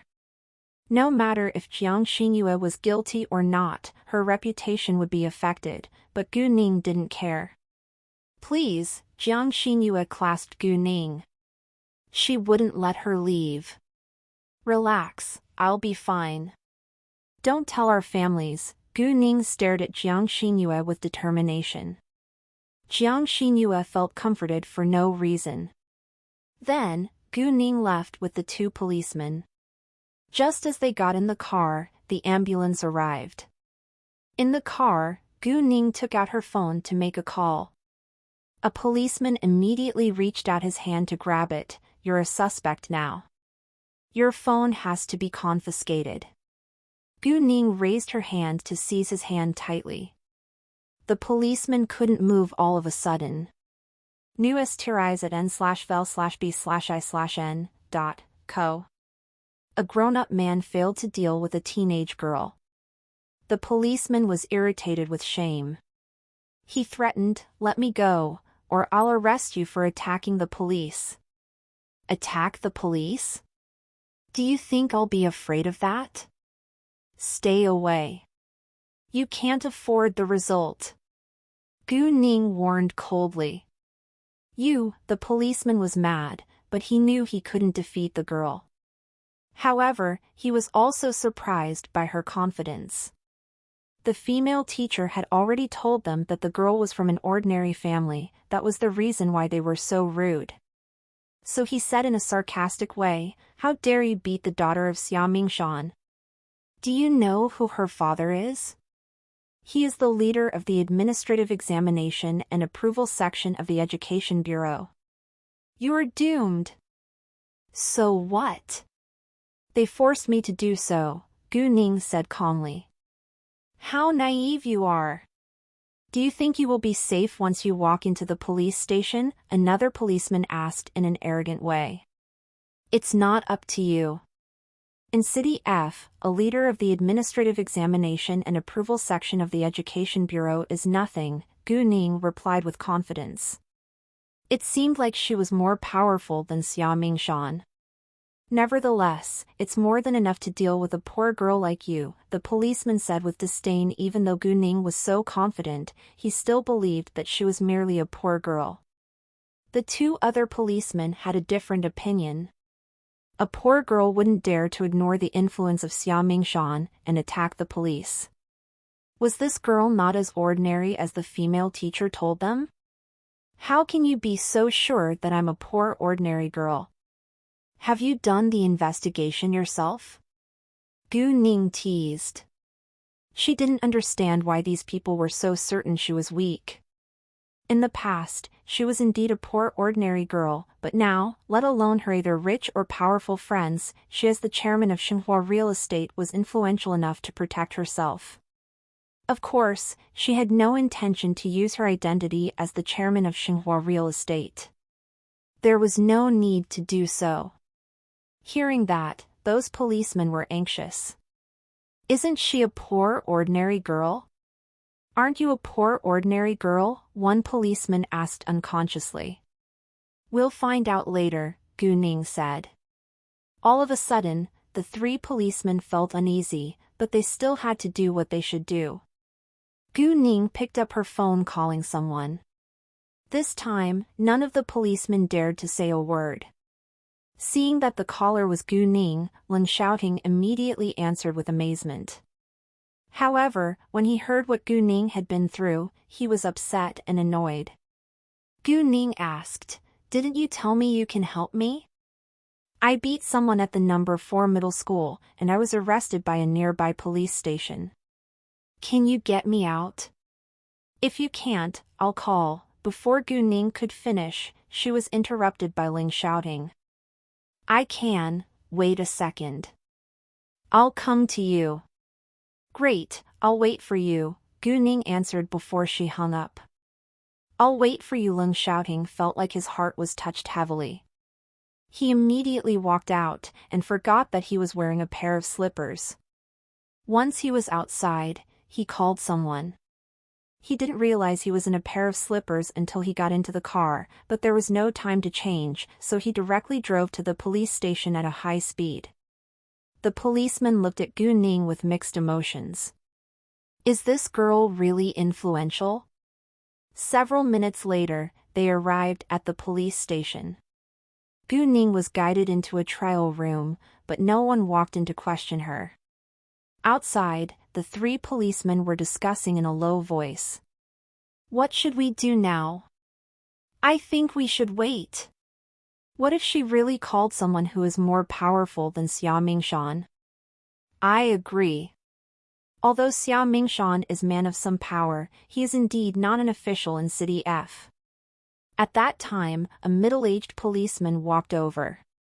Noticing that the three young policemen were standing outside talking, his face changed. What are you doing out here? Go and question the criminal right now. Don't let her go, for Leader Xiao's sake. Leader Wang, this girl seems influential. She just called someone to bring her out of here. We want to wait until the person arrives. We can make the decision according to the person's identity, one policeman answered. The middle-aged policeman hesitated for a second, then asked, Didn't the female teacher tell us that she is merely a poor ordinary girl? Nevertheless, she despised Leader Xia. And she is so confident and aggressive. I don't think that a real poor ordinary girl would do that, another policeman replied. You're right. Then let's wait for a while, Leader Wang ordered. He wanted to please Xia Mingshan, but he also didn't want to annoy someone that he shouldn't annoy. He could lose his job for that. At that time, the phone in the police station rang. After a few seconds, a policewoman came to them and told Leader Wang to answer the call. It was from the director of the Public Security Bureau, Liang Yobua. Hearing that, everyone was shocked. The director of the Public Security Bureau? Was it because of the female student that they just arrested? They felt that they were in trouble now. Leader Wang immediately ran to answer the call. Hi, Director Liang, I'm Wang Rincong, the vice leader of the police station in Baoshan area. What may I do to help? The minute Wang Rincong finished, a male voice sounded with slight anxiety. Did you just arrest a female student named Gu Ning in the number 4 middle school? Hearing that, Wang Rincong knew that something must be wrong. Although he didn't know whether the girl was Gu Ning, he was certain that it must be her, because she was the only one that they had just arrested in the number 4 middle school. Wang Rincong truly didn't expect that the female student was so influential that the director called for her in person. Wang Rincong wiped the sweat from his forehead. His voice was trembling a little. Yes, Director. No matter why you arrested her, let her go right now. Be polite. Do you understand? Liang Yobua ordered directly. Sure, Wang Rincong answered. He felt lucky that he hadn't annoyed Gu Ning just because of Xia Mingshan. Compared with Director Liang's order, their relationship was nothing. After he hung up, Wang Rincong walked back to the trial room in a hurry. The three young policemen looked at him asking carefully, Leader Wang, how is it? The director ordered that we should let her go right now, no matter why we arrested her. Be polite. Wang Rincong replied. All test NOVL on novelben/.cm. Hearing that, they couldn't help but take a long breath in. Although the three young policemen felt lucky that they hadn't treated Gu Ning violently in the car, they were worried about the words that they had said to Gu Ning. Wang Rincong wasn't in the mood to care about them now. He went to the trial room in person to please Gu Ning. In the trial room, Gu Ning sat there feeling bored. She heard everything they were talking about outside. She had to admit that Leng Xiaoting was very influential if even the director of the Public Security Bureau had to do him a favor. As it showed, Leng Xiaoting wasn't simple at all. The minute Wang Rincong stepped inside, he put on a pleasing smile. Miss Gu, nice to meet you. I'm the vice leader of this police station, Wang Rincong. I'm so sorry for what you've been through. You may leave right now, and please allow me to send you back to school. Wang Rincong was being very polite, so Gu Ning treated him kindly too. It's fine. I don't need you to send me to school. I don't feel aggrieved either, but I want it to end in the correct way, not just because of the power.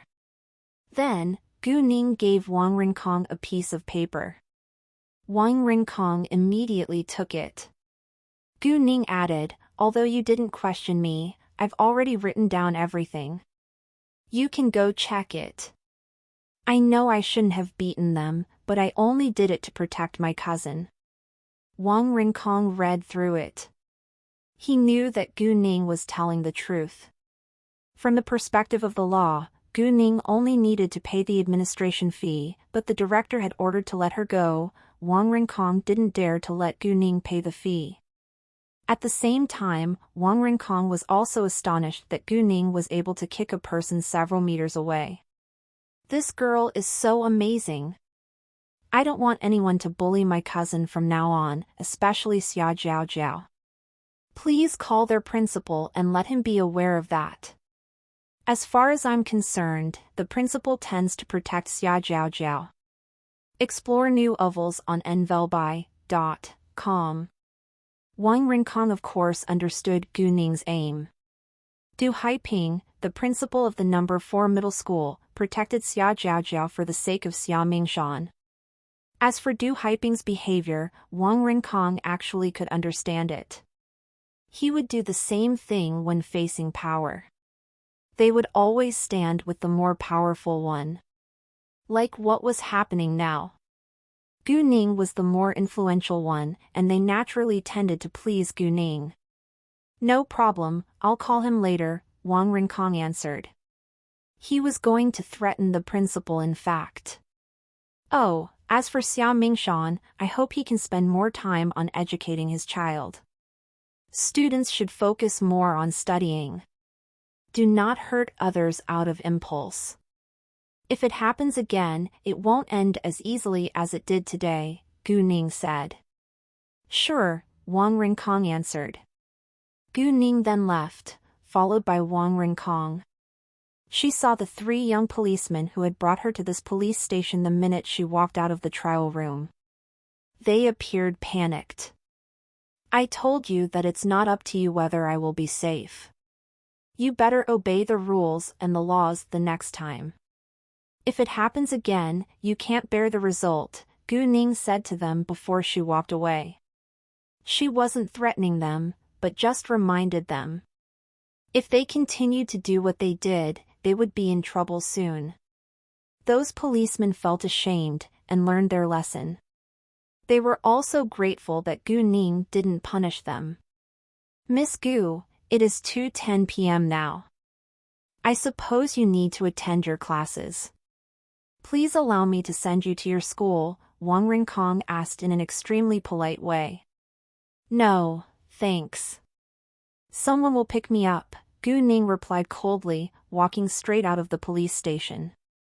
No, thanks. Someone will pick me up, Gu Ning replied coldly, walking straight out of the police station. A black Land Rover stopped right at the roadside. Ling Xiaoting got out of the driver's seat. Seeing that Gu Ning was safe, he was relieved. Even though he knew that she would be fine, he felt worried. Gu Ning walked to him, and Ling Xiaoting immediately opened the door of the passenger seat for her. At that time, Gu Ning noticed that the man was wearing a pair of slippers. She was quite surprised. Ling Xiaoting flushed a little, explaining, I was in a hurry.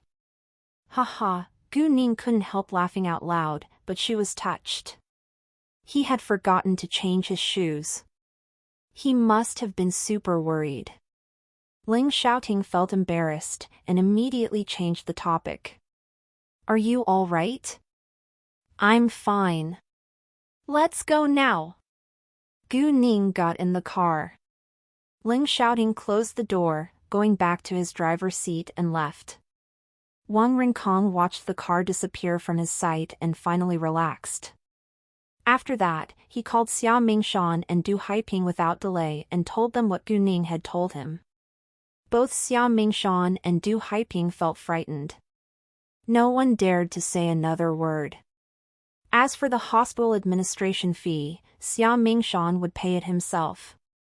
After all, Feng Xiaoyu and Zhang Yinlin were hurt because of Xia Jiaojiao. Gu Ning told Leng Xiaoting to take her back to school. Then she called Jiang Xinyue. Luckily, Jiang Xinyue was fine too. Gu Ning hung up, turning to Leng Xiaoting. "Thanks for what you did." "My pleasure," Leng Xiaoting said. "Let's have steak this afternoon.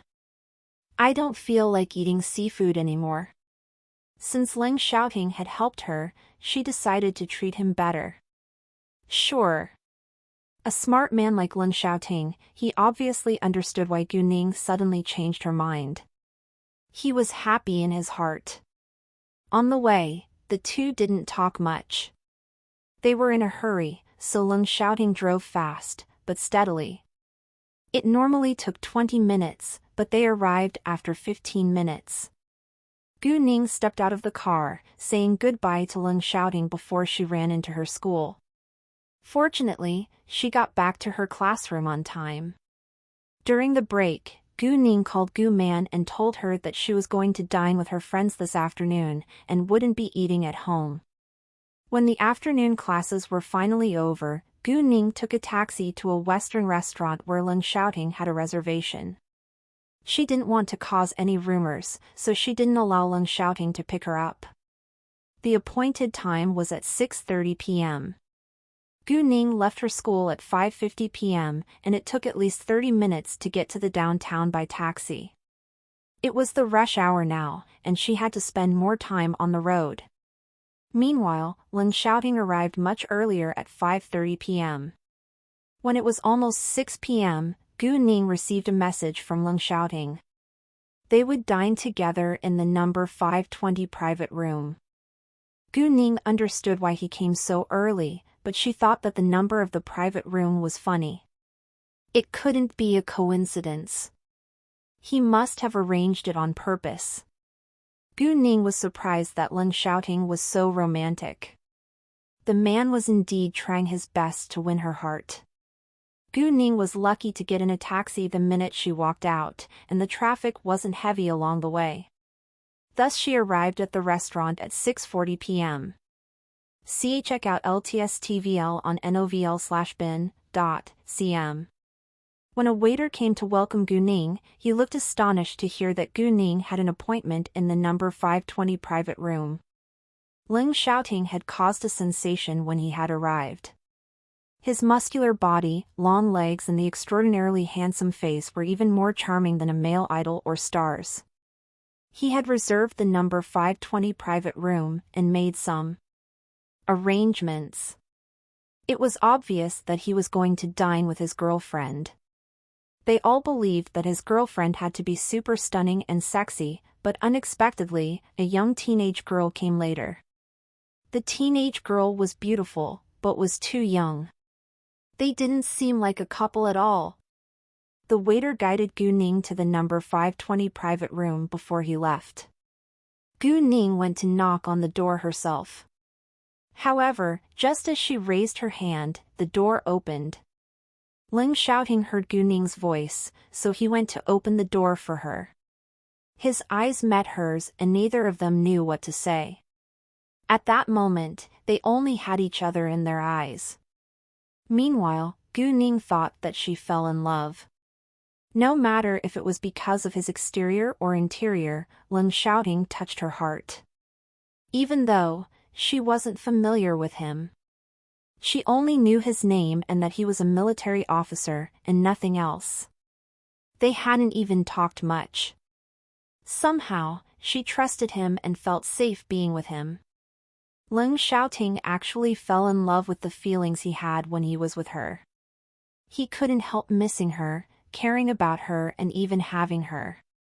It was hard to explain why you fell in love with a particular person, but that was exactly when you found yourself in deep and unconditional love with them. "Come on in." Leng Xiaoting got his mind back first. He stepped aside to let Gu Ning in. Hearing Leng Xiaoting's voice, Gu Ning finally realized that she was still standing at the door.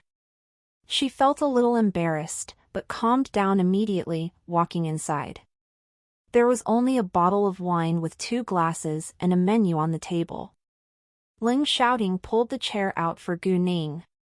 After she was seated, he went back to his seat handing the menu to Gu Ning. Ladies first. Ling Xiaoting suddenly behaved like a gentleman and Gu Ning was still not used to it yet. She took the menu, reading it. Ling Xiaoting rang the service bell at the same time. Before long, a waiter came inside. Gu Ning ordered a medium-well fillet steak with black pepper sauce. Ling Xiaoting did the same. Then Gu Ning ordered a fruit pizza and fruit salad. When the waiter was gone, Ling Xiaoting hesitated a little. It seemed like he planned to do something, but didn't know whether it was a good time. What's wrong? Gu Ning asked. She thought Ling Xiaoting must have something else to deal with and had to leave earlier. I want to give you something. If you don't like it, please don't be mad, Ling Xiaoting said with caution. Oh. Gu Ning didn't expect that Ling Xiaoting hesitated just because he didn't want to upset her. She was quite surprised, but felt that it was interesting too. She wasn't a child who would get mad easily just because she received a gift she didn't like. Gu Ning was curious what kind of gift Ling Xiaoting was going to give her. Sure, I won't be mad, Gu Ning replied. Ling Xiaoting was relieved. He stood up walking to the back and brought it out. However, when Gu Ning saw Ling Xiaoting stepping back to her with dozens of red roses in his hands, she had mixed emotions. In her last incarnation, Qi Ziyue had always sent her roses with sweet nothings when he had chased her. It was all fake and she only felt that it disgusting and sarcastic. Gu Ning had hidden her hatred towards Qi Ziyue well nowadays, so she remained calm. And it would be unfair to Ling Xiaoting if she thought of Qi Ziyue now. Thus she forgot it right away. Ling Xiaoting walked to Gu Ning. He flushed a little and was very nervous, but said to Gu Ning with sincerity, I heard that girls like roses, but I suppose not every girl like roses. Do you like it? Of course. Gu Ning answered. She grabbed the roses away from Ling Xiaoting. Actually, most girls liked roses, especially when they were from a man that she liked. Ling Xiaoting was cheered up to see Gu Ning being delighted. However, the next second, Ling Xiaoting was anxious again. I bought 2 movie tickets. Can you go to watch the movie with me? Gu Ning was struck dumb for a second. Movie tickets? She was more than surprised now. It seemed that Ling Xiaoting had indeed done his homework. Sure, Gu Ning agreed. Now, Ling Xiaoting was finally relaxed. His face was alight with excitement. It wasn't a common thing to see pleasure on Ling Xiaoting's face, but now he was like a boy before the girl that he liked. The fruit salad, steak and pizza were soon on the table. Ling Xiaoting opened the bottle, pouring a glass of wine for Gu Ning and himself. Although they didn't talk much, they dined together in harmony. After the meal, the two went to a movie theater. Gu Ning and Ling Xiaoting attracted a lot of attention, but people had different opinions towards them. As for Ling Xiaoting, everyone was stunned and almost screamed as if they had met a superstar, but most of them were jealous of Gu Ning. Although she was pretty, she was too young and seemed like a student. She didn't match Ling Xiaoting at all. Some only thought so to themselves, but some said it aloud. Some were even gossiping about whether Ling Xiaoting and Gu Ning were brother and sister. Gu Ning was upset to hear that. Am I that terrible? Ling Xiaoting liked Gu Ning very much and he wouldn't allow others to judge her. He also felt that Gu Ning was unhappy, so he glanced at the people around them with a cold look. No one dared to say another word again. The man was handsome, but wasn't easygoing. Ling Xiaoting's behavior touched Gu Ning. She stopped feeling sad then. Ling Xiaoting went to buy 2 bottles of water and a tub of popcorn before they went in. Ling Xiaoting had booked 2 seats at the last row. Although the movie was the most popular one these days, it was about to stop playing in theaters soon. Thus there weren't many viewers in the screening room. Therefore, only Gu Ning and Ling Xiaoting were sitting in the last row.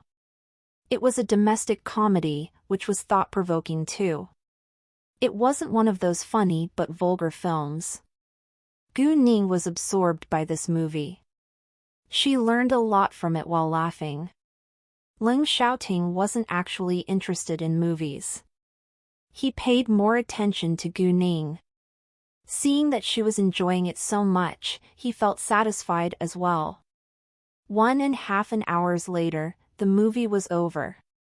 Gu Ning and Ling Xiaoting didn't leave until the rest of the viewers were all gone.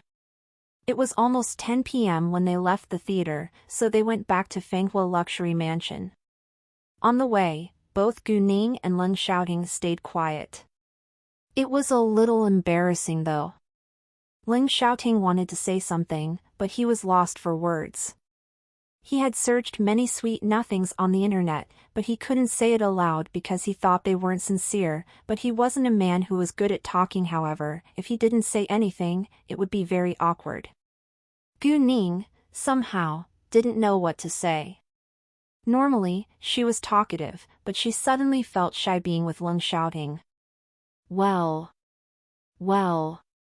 After a while, the two opened their mouths together, but shut it at the same time too. After you, they did it the same time again. 7 sit en velb/n, c/m for L test vels. After you please. Ling Xiaoting said it before Gu Ning this time. Don't you want me to be your girlfriend? Why don't you say something? I am feeling bored, Gu Ning said with dislike, but she actually liked being with him. She understood that Ling Xiaoting wasn't chatty. If she really disliked that, she wouldn't have fallen in love with him. If she didn't like a man, she wouldn't even give him a chance to chase her. Like Qin Yifan, she had turned him down directly. Gu Ning also knew that she shouldn't trust Ling Xiaoting so completely, but sometimes, she didn't need to know everything about him. Feelings mattered most. And if Ling Xiaoting dared to deceive her, she would ruin him without hesitation. She didn't lose confidence in men just because she had been deceived and used by a man in her previous incarnation, but it wasn't a good memory after all. She would be more cautious and never allow such a thing to happen again. Ling Xiaoting stiffened a little. He got nervous all of a sudden. Keep learning. Please give me more time. Seeing Ling Xiaoting being so anxious, Gu Ning felt sorry for him. Jesus! She must be in love with the man deeply now that just a look from him could touch her, but Gu Ning didn't want to give in right away. She added airily, don't worry. All I have is time. I'm only 18 now. I'm too young to fall in love and I should spend more time on studying. Gu Ning deliberately said the same thing that Ling Xiaoting had said. The man greatly regretted what he had said. Well, Ling Xiaoting wanted to explain it, but didn't know how. He had to face the fact that Gu Ning was indeed too young right now, and he didn't want to affect her studying. However, if he didn't deny it, he wouldn't get closer to Gu Ning. Ling Xiaoting was upset. Gu Ning sensed his changing emotions. Although she had no idea what exactly was on his mind, she understood why he looked concerned all of a sudden. Seeing Ling Xiaoting being upset, Gu Ning didn't feel the pleasure of a successful revenge. Instead, she felt upset too, but she just couldn't help annoying him. Gu Ning started to think that she was becoming self-abusive. Of course, Gu Ning wasn't willing to see Ling Xiaoting being upset for a long time, so she continued to ask, what? Nothing. Ling Xiaoting gave it up at the end, although he truly wanted to explain it. Really? If you don't want to say it, then fine. I think you're just joking when you say you want to chase me. Gu Ning was a little mad. No, Ling Xiaoting immediately argued. What? Gu Ning almost lost her patience. I just don't want to affect your studying, Ling Xiaoting finally said. Impossible. I'm number 1 in our grade with nearly full scores. Gu Ning said, but then she realized she shouldn't have said it so quickly. It seemed as if she couldn't wait to be together with Ling Xiaoting. Hearing that, Ling Xiaoting was slightly amazed. He didn't expect that Gu Ning was so excellent at studying. If she could continue to be the number 1 in her grade, she could easily pass the National College Entrance Exam. She could also be the number 1 in this country too. In that case, all the prestigious universities would compete to be her preference. Gu Ning's aim was the capital university, but that wasn't the point. Since Gu Ning said that she was good at studying, she was available to date then. After that, Ling Xiaoting got excited. Do you mean we can? Gu Ning knew what he was going to say, so she stopped him before he could finish. I didn't say that. If you want to date with me, you need to make an effort.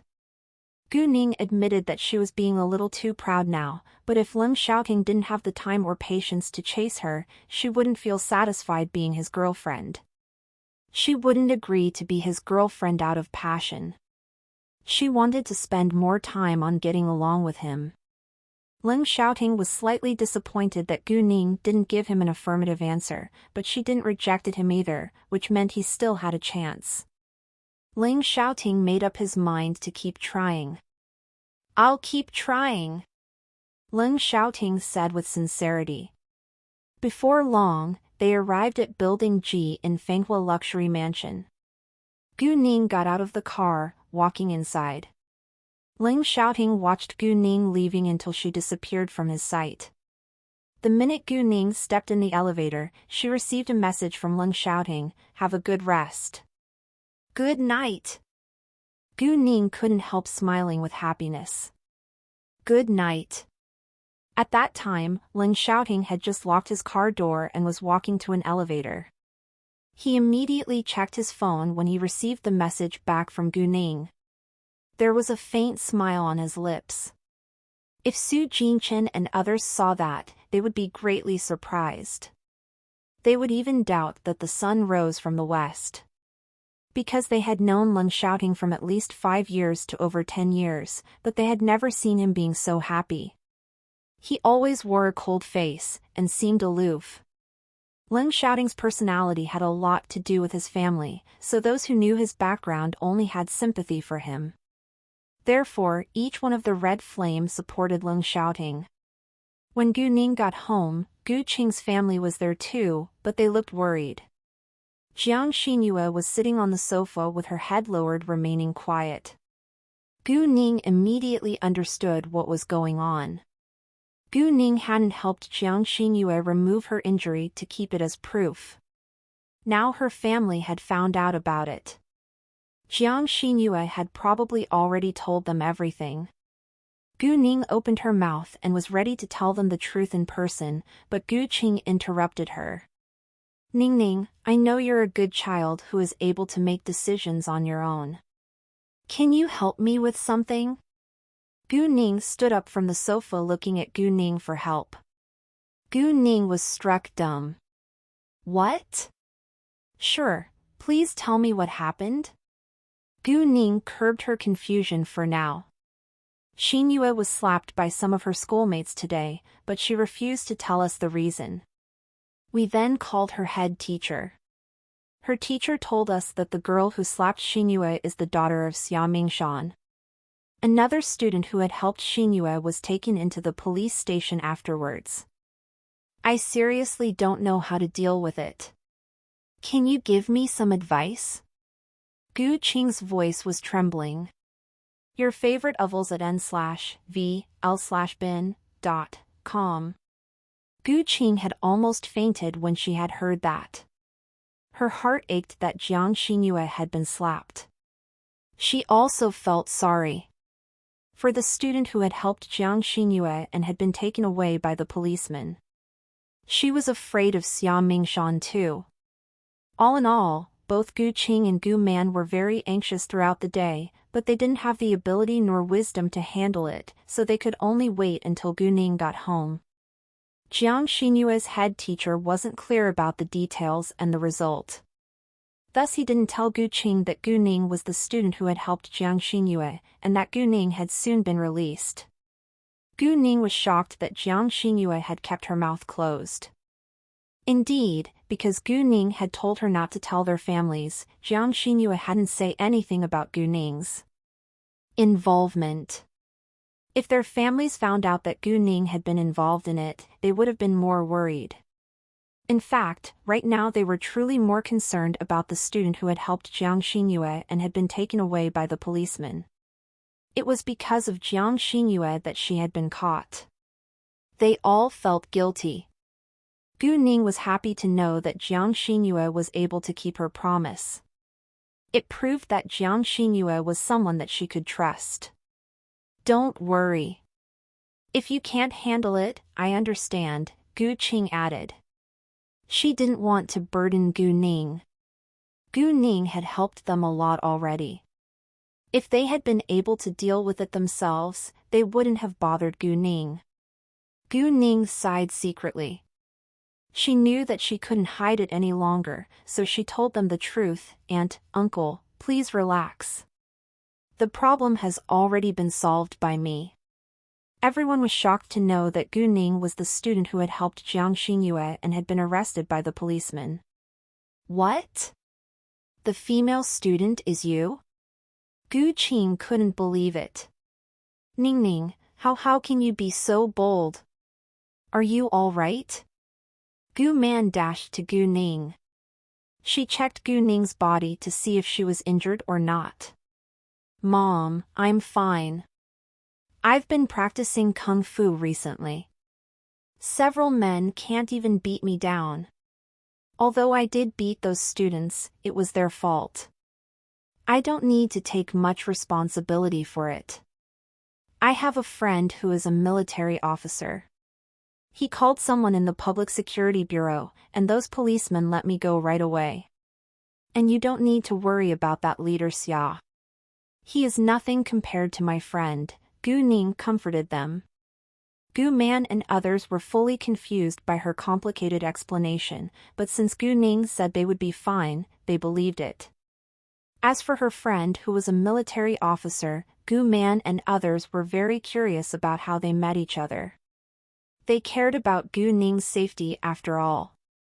However, they didn't ask the question in the end. Instead, they chose to believe that Gu Ning could handle her life. After a short silence, Gu Man suddenly said to Gu Ning, Ning, we've read the VIP's material in our beauty salon today.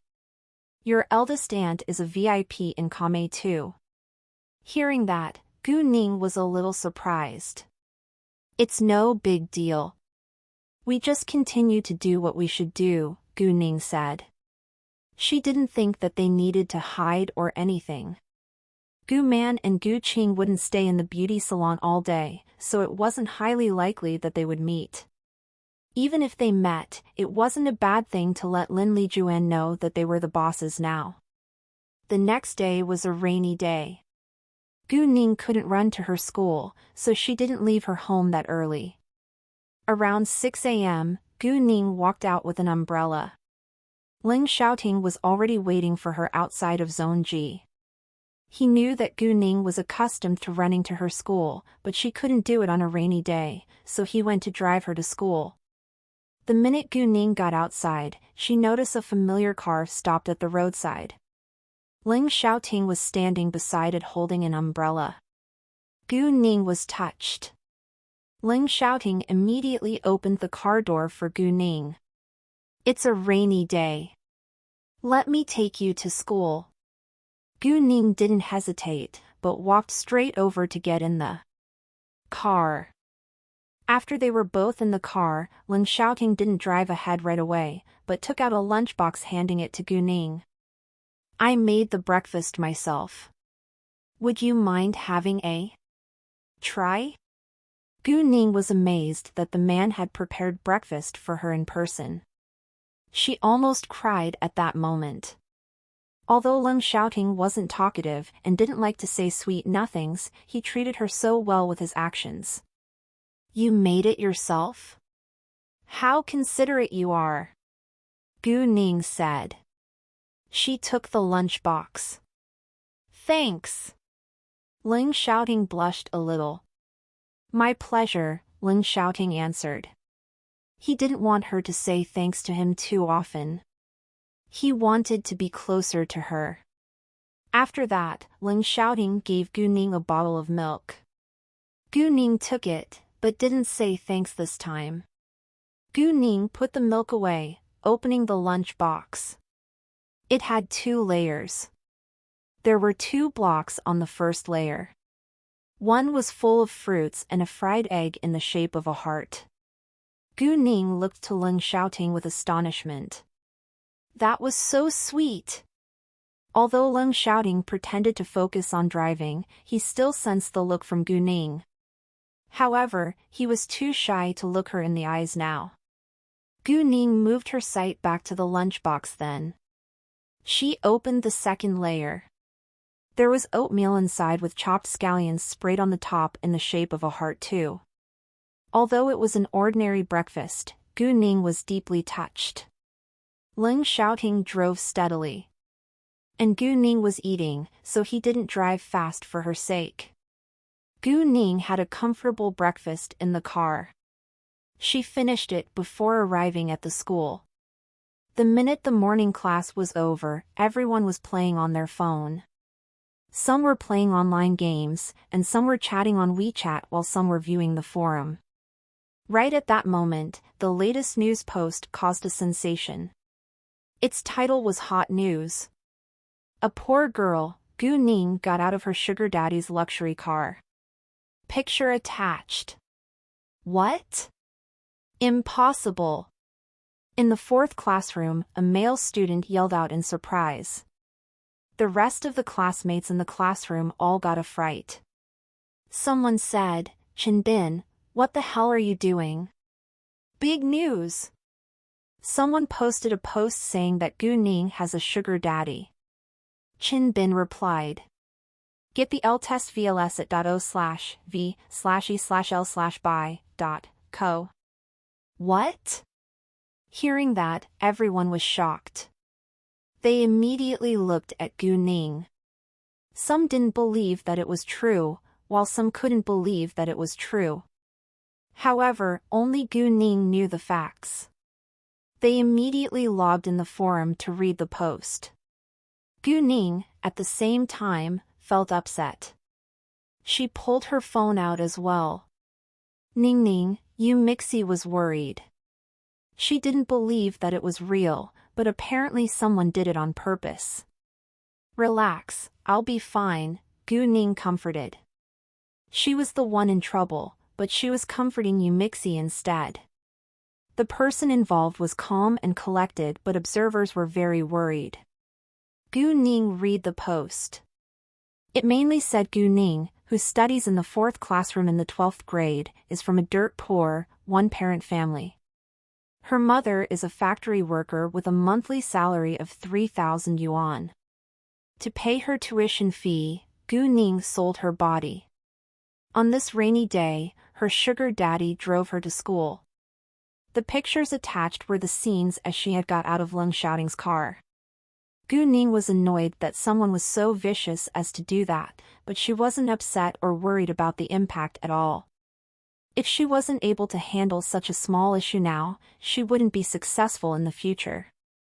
As for who had secretly taken the photo, Gu Ning decided to check Leng Xiaoting's driving recorder. She knew Leng Xiaoting had put a driving recorder both at the front and back. Before she got the proof, Gu Ning didn't know exactly who was behind it, but no matter who he or she was, Gu Ning made up her mind to make them pay for it. Gee! Gu Ning, didn't you say that I slandered you the other day? Now the news has come out, and what can you say about it? The first one who opened-mouthed to argue with Gu Ning was Xiao Feifei. Xiao Feifei had always disliked Gu Ning, and now she seized the chance to make fun of Gu Ning. Gu Ning didn't miss any details of Xiao Feifei's reaction. It seemed like Xiao Feifei was really surprised to hear the news too. Gu Ning believed that Xiao Feifei had nothing to do with it this time. Exactly. You're a liar. No one will believe you, Wu Qingya added. I don't think so. Gu Ning doesn't seem like that kind of girl, someone retorted. Don't you know appearances lies? Her family is so poor. If she doesn't find herself a sugar daddy, she even can't afford to study in school. Yang Yulu said acidly. You're right, someone agreed. That's insane. A picture doesn't mean anything. What if they're relatives or friends, someone argued. Exactly. Wu Qingya, I saw you get out of a car that belonged to Xiao Feifei's family the other day. Is Xiao Feifei's father your sugar daddy? Someone said. Although it sounded insulting, it made sense. What did you say? Wu Qingya stood up abruptly, arguing in great anger. Nobody, except Gu Ning, noticed that Wu Qingya panicked a little. Gu Ning was surprised. Is there really something between Wu Qingya and Xiao Feifei's father? If not, why did she panic? My father would never do that. My father and I drove Qingya to our school together that day. Xiao Feifei stood up for her father. Then how can you jump to the conclusion that Gu Ning has a sugar daddy when you don't even have an idea of who was inside? You Mixie said. The Post says so, not us, Yang Yulu retorted. Don't forget Chu Pei Han, Hao Ran and other boys are Gu Ning's close friends. They are all rich kids. If Gu Ning lacks money, they will help her without a doubt.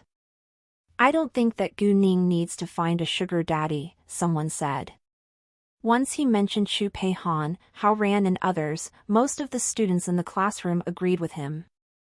They were friends, and Gu Ning was their boss.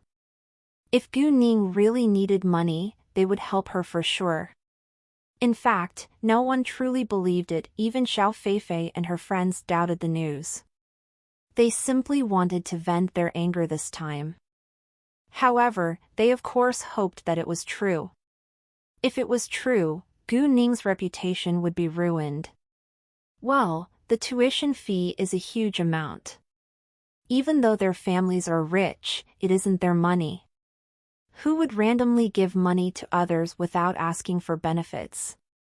Xiao Feifei argued, despite the fact that most were supporting Gu Ning. No matter what, most still chose to believe Gu Ning. I think that the poor can be the rich someday. And those who claim they are rich were once poor.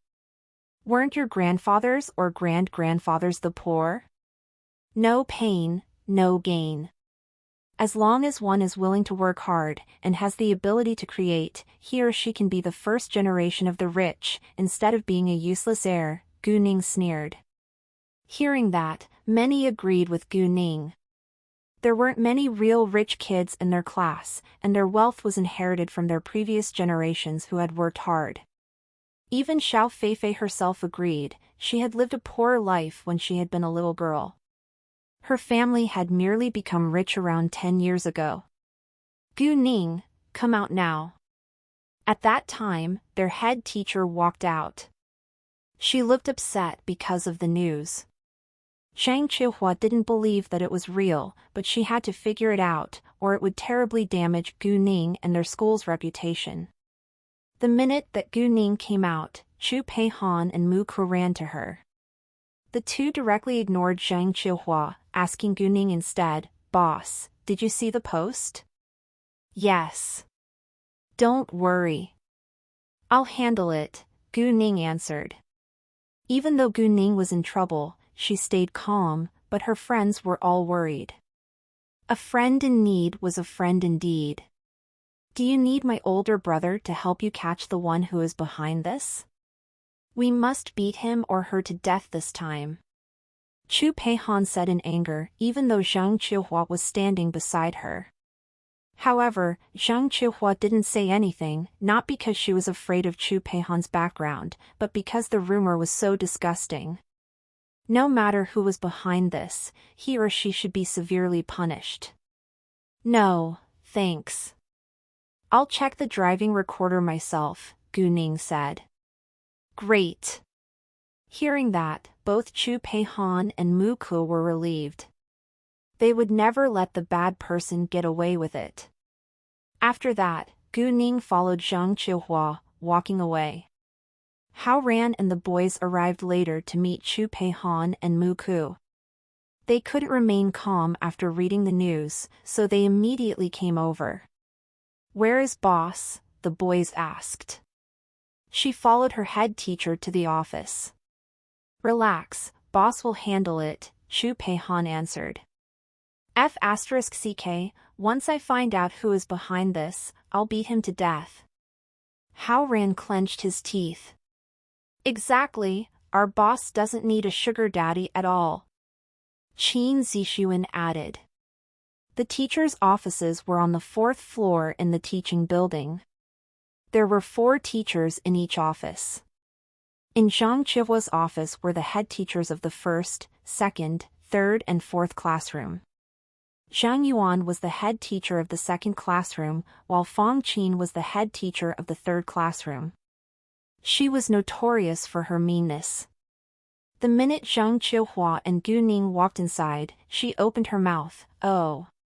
Professor Zhang, isn't your class so famous recently, especially this student? She argued with others in the canteen first and then was involved in a fight. The Qing gang caused trouble afterwards, and now she caused the news of a sugar daddy. Wow, she indeed isn't simple. Ever since the top one in their grade had been in Zhang Chihua's class, Fang Qin had been jealous of Zhang Chihua. Although they were both common classes, the students in the 3rd classroom were generally better than those in the 4th classroom concerning scores. However, Gu Ning had come top of their grade in every subject. Fang Qin was very displeased. Other than the 1st classroom, which was the top class, and the 2nd classroom, which was an excellent class, all the rest were common classes. Therefore, Fang Qin wouldn't compete with the 1st or the 2nd classroom, but loved to compete with other common classes. Jiang Yuan didn't say a word. He actually didn't believe that it was true. Gu Ning's family was poor, but Chu Peihan would help her without doubt if she needed anything. Jiang Yuan thought that the one who was behind that was in big trouble. Gu Ning wasn't a coward. No one could bully or take advantage of her easily now. All of those things were caused by others. Gu Ning has only protected herself, Zhang Chihua argued. If it was Gu Ning's fault, she wouldn't stand up for her, but since Gu Ning was the victim, she had to support her. If she didn't annoy others, she wouldn't have been in so much trouble, Fang Qin said. She believed that it must be Gu Ning's fault. However, before Zhang Chihua could say another word, Gu Ning opened her mouth. Professor Fang, since you already know those events, you're supposed to know the reasons too. As for what has happened in the canteen, it was because someone humiliated my mother in public first. If someone insults your mother in front of everyone, I assume Professor Fang won't stay quiet either, right? If you can stand and forget it, I respect your tolerance, Gu Ning said in a sarcastic way, especially when she said the word tolerance with obvious disdain. If she could stand to let her mother and herself to be humiliated in public, she must either be weak or a coward. Yu Fang Qin was mad, but Gu Ning added, as for the fight, that was because someone challenged me to do so. And now I'm their boss. F0 low new hapters at nov/el/bin/.com. As for the mess of Qing gang, it was obvious that Gu Xiaoxiao caused it. She simply wouldn't stop attacking me. Do you still think these were all my fault? Then you're indeed a very special teacher. Well, does everyone in your class hold the same opinion as you? Special actually meant abnormal in the context. Having a teacher like Fong Qin, the students in her class probably would be the same unkind people. Fong Qin was breathing hard in anger. She couldn't even say a word to argue against Gu Ning, but she glared at Gu Ning like she was going to eat her alive. For a teacher, it was a shame to be doubted in that way. She also didn't expect that Gu Ning would constantly argue against her. However, Gu Ning hadn't finished yet, so she didn't give Fong Qin a chance to retort. As for the scandal this time, it's totally ridiculous. Is a girl immoral just because she gets out of a luxury car? Couldn't the driver be her relative or a friend? Can't the poor have a rich relative or friend? In addition, there is just a photo that doesn't even show the driver. You don't know whether the driver is male or female. How can you jump to the conclusion that I'm behaving immorally? Since you don't the truth, why do you believe that it's my fault? Aren't you as a teacher supposed to know that it's unwise to judge without solid proof? Fong Qin was in a rage caused by shame. She criticized Zhang Qihua this time. Zhang Qihua, your student doesn't have any sense of respect. Am I wrong? Gu Ning asked. Gu Ning understood that she should respect her teachers, but the teacher should be respectable in the first place. Obviously, Fong Qin wasn't a qualified teacher, so she didn't deserve Gu Ning's respect. I don't think that Gu Ning is wrong. Professor Fong, we don't know the truth yet. It's not a good time to judge her now, Jiang Yuan said. He wasn't protecting Gu Ning, but being honest. Fong Qin was more than mad now, but didn't know how to argue with them. In fact, Fong Qin knew that it was still a rumor, but she was used to criticizing others just because she didn't like them. Fong Qin lost her face, so she felt too embarrassed to stay in the office, and quickly left. Without Fong Qin's interruption, Zhang Qihua then had time to talk with Gu Ning. Can you tell me the truth? A friend who lives in the same area as me drove me to school. It's nothing like what the post says. Please allow me to handle it myself? Gu Ning replied. Are you sure you can deal with it? Zhang Qihua asked.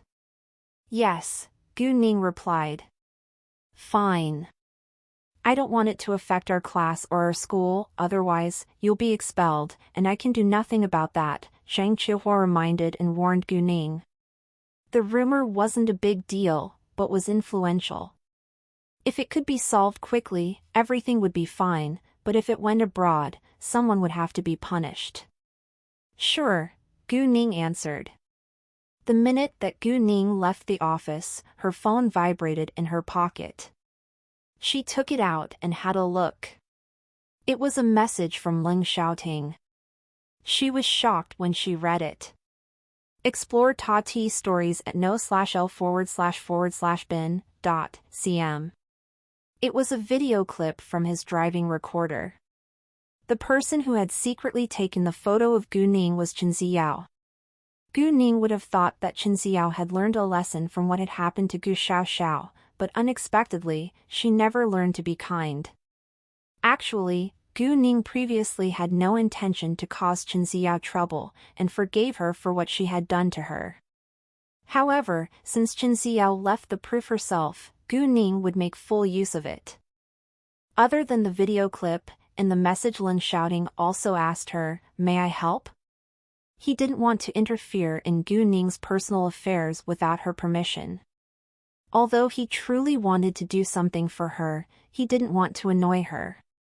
Most importantly, he believed that Gu Ning had the ability to handle it herself. Gu Ning was curious about how Ling Xiaoting found out about the news, so she called him right away. The phone was answered within seconds. Apparently Ling Xiaoting was holding it in his hand. Ning Ning, Ling Xiaoting answered her. There was a faint trace of concern and guilt in his voice. Yes, he felt guilty, because if he hadn't driven Gu Ning to school on his own initiative, it wouldn't have happened. It was the first time that Ling Xiaoting had called Gu Ning's name. Gu Ning's heart lost a beat. She asked, "How did you find out about it?" I was visiting your school forum out of boredom, so I found it, Leng Xiaoting answered. He wanted to know more about Gu Ning's school, so he had visited her school forum. To his astonishment, the rumor went viral. He had been greatly aggravated, but he didn't know that Gu Ning was from a one-parent family until he had read the news. He now cared more about Gu Ning. Do you need me to do anything for you? Leng Xiaoting asked. No thanks. I'll handle it, Gu Ning declined. Great, if you need anything, just tell me. Leng Xiaoting was slightly disappointed that Gu Ning didn't need his help, but he didn't insist. He trusted Gu Ning. They hung up. When Gu Ning got back to her classroom, the first class had already passed 1/3 of its course. Seeing that Gu Ning was back, everyone wanted to find out what she had been through. Some was worried about her, while some were mainly waiting to see a drama. The teacher knew the reason why Gu Ning was late, so she didn't say anything. Gu Ning went back to her seat. She comforted Yumixi with a mild look. She used her phone, logging into the forum and editing her post. I'm Gu Ning from the 4th classroom in the 12th grade. As for the fake news saying that I climbed out of my sugar daddy's luxury car, I'm mad and will never let the person who created the rumor get away with it. You have no proof that I can't afford my tuition fee. No one should randomly judge a person based on unreal information. I'm poor now, but it doesn't mean that I'll be poor forever. And those who claim that you're born rich, weren't you fathers, grandfathers, or even grand-grandfathers poor? No one earns their fortune without pain. No one knows what's going to happen in the future. Let's go and see. Can't the poor have a rich relative or friend? My friend drove me to school out of kindness. Is there anything wrong with that? If any one of you have done immoral things, do you dare to show up in the public? Please delete the fake news right now and apologize to me, otherwise, you'll pay for it. Other than deleting the post and apologizing to Gu Ning, Chen Ziyao would still have to bear the result.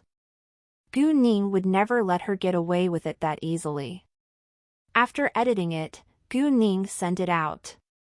Although it was the time for classes, the news was so hot that everyone focused on it. Therefore, the minute Gu Ning sent her post out, someone discovered it. That's all for this part, truckers. See you all in the next video.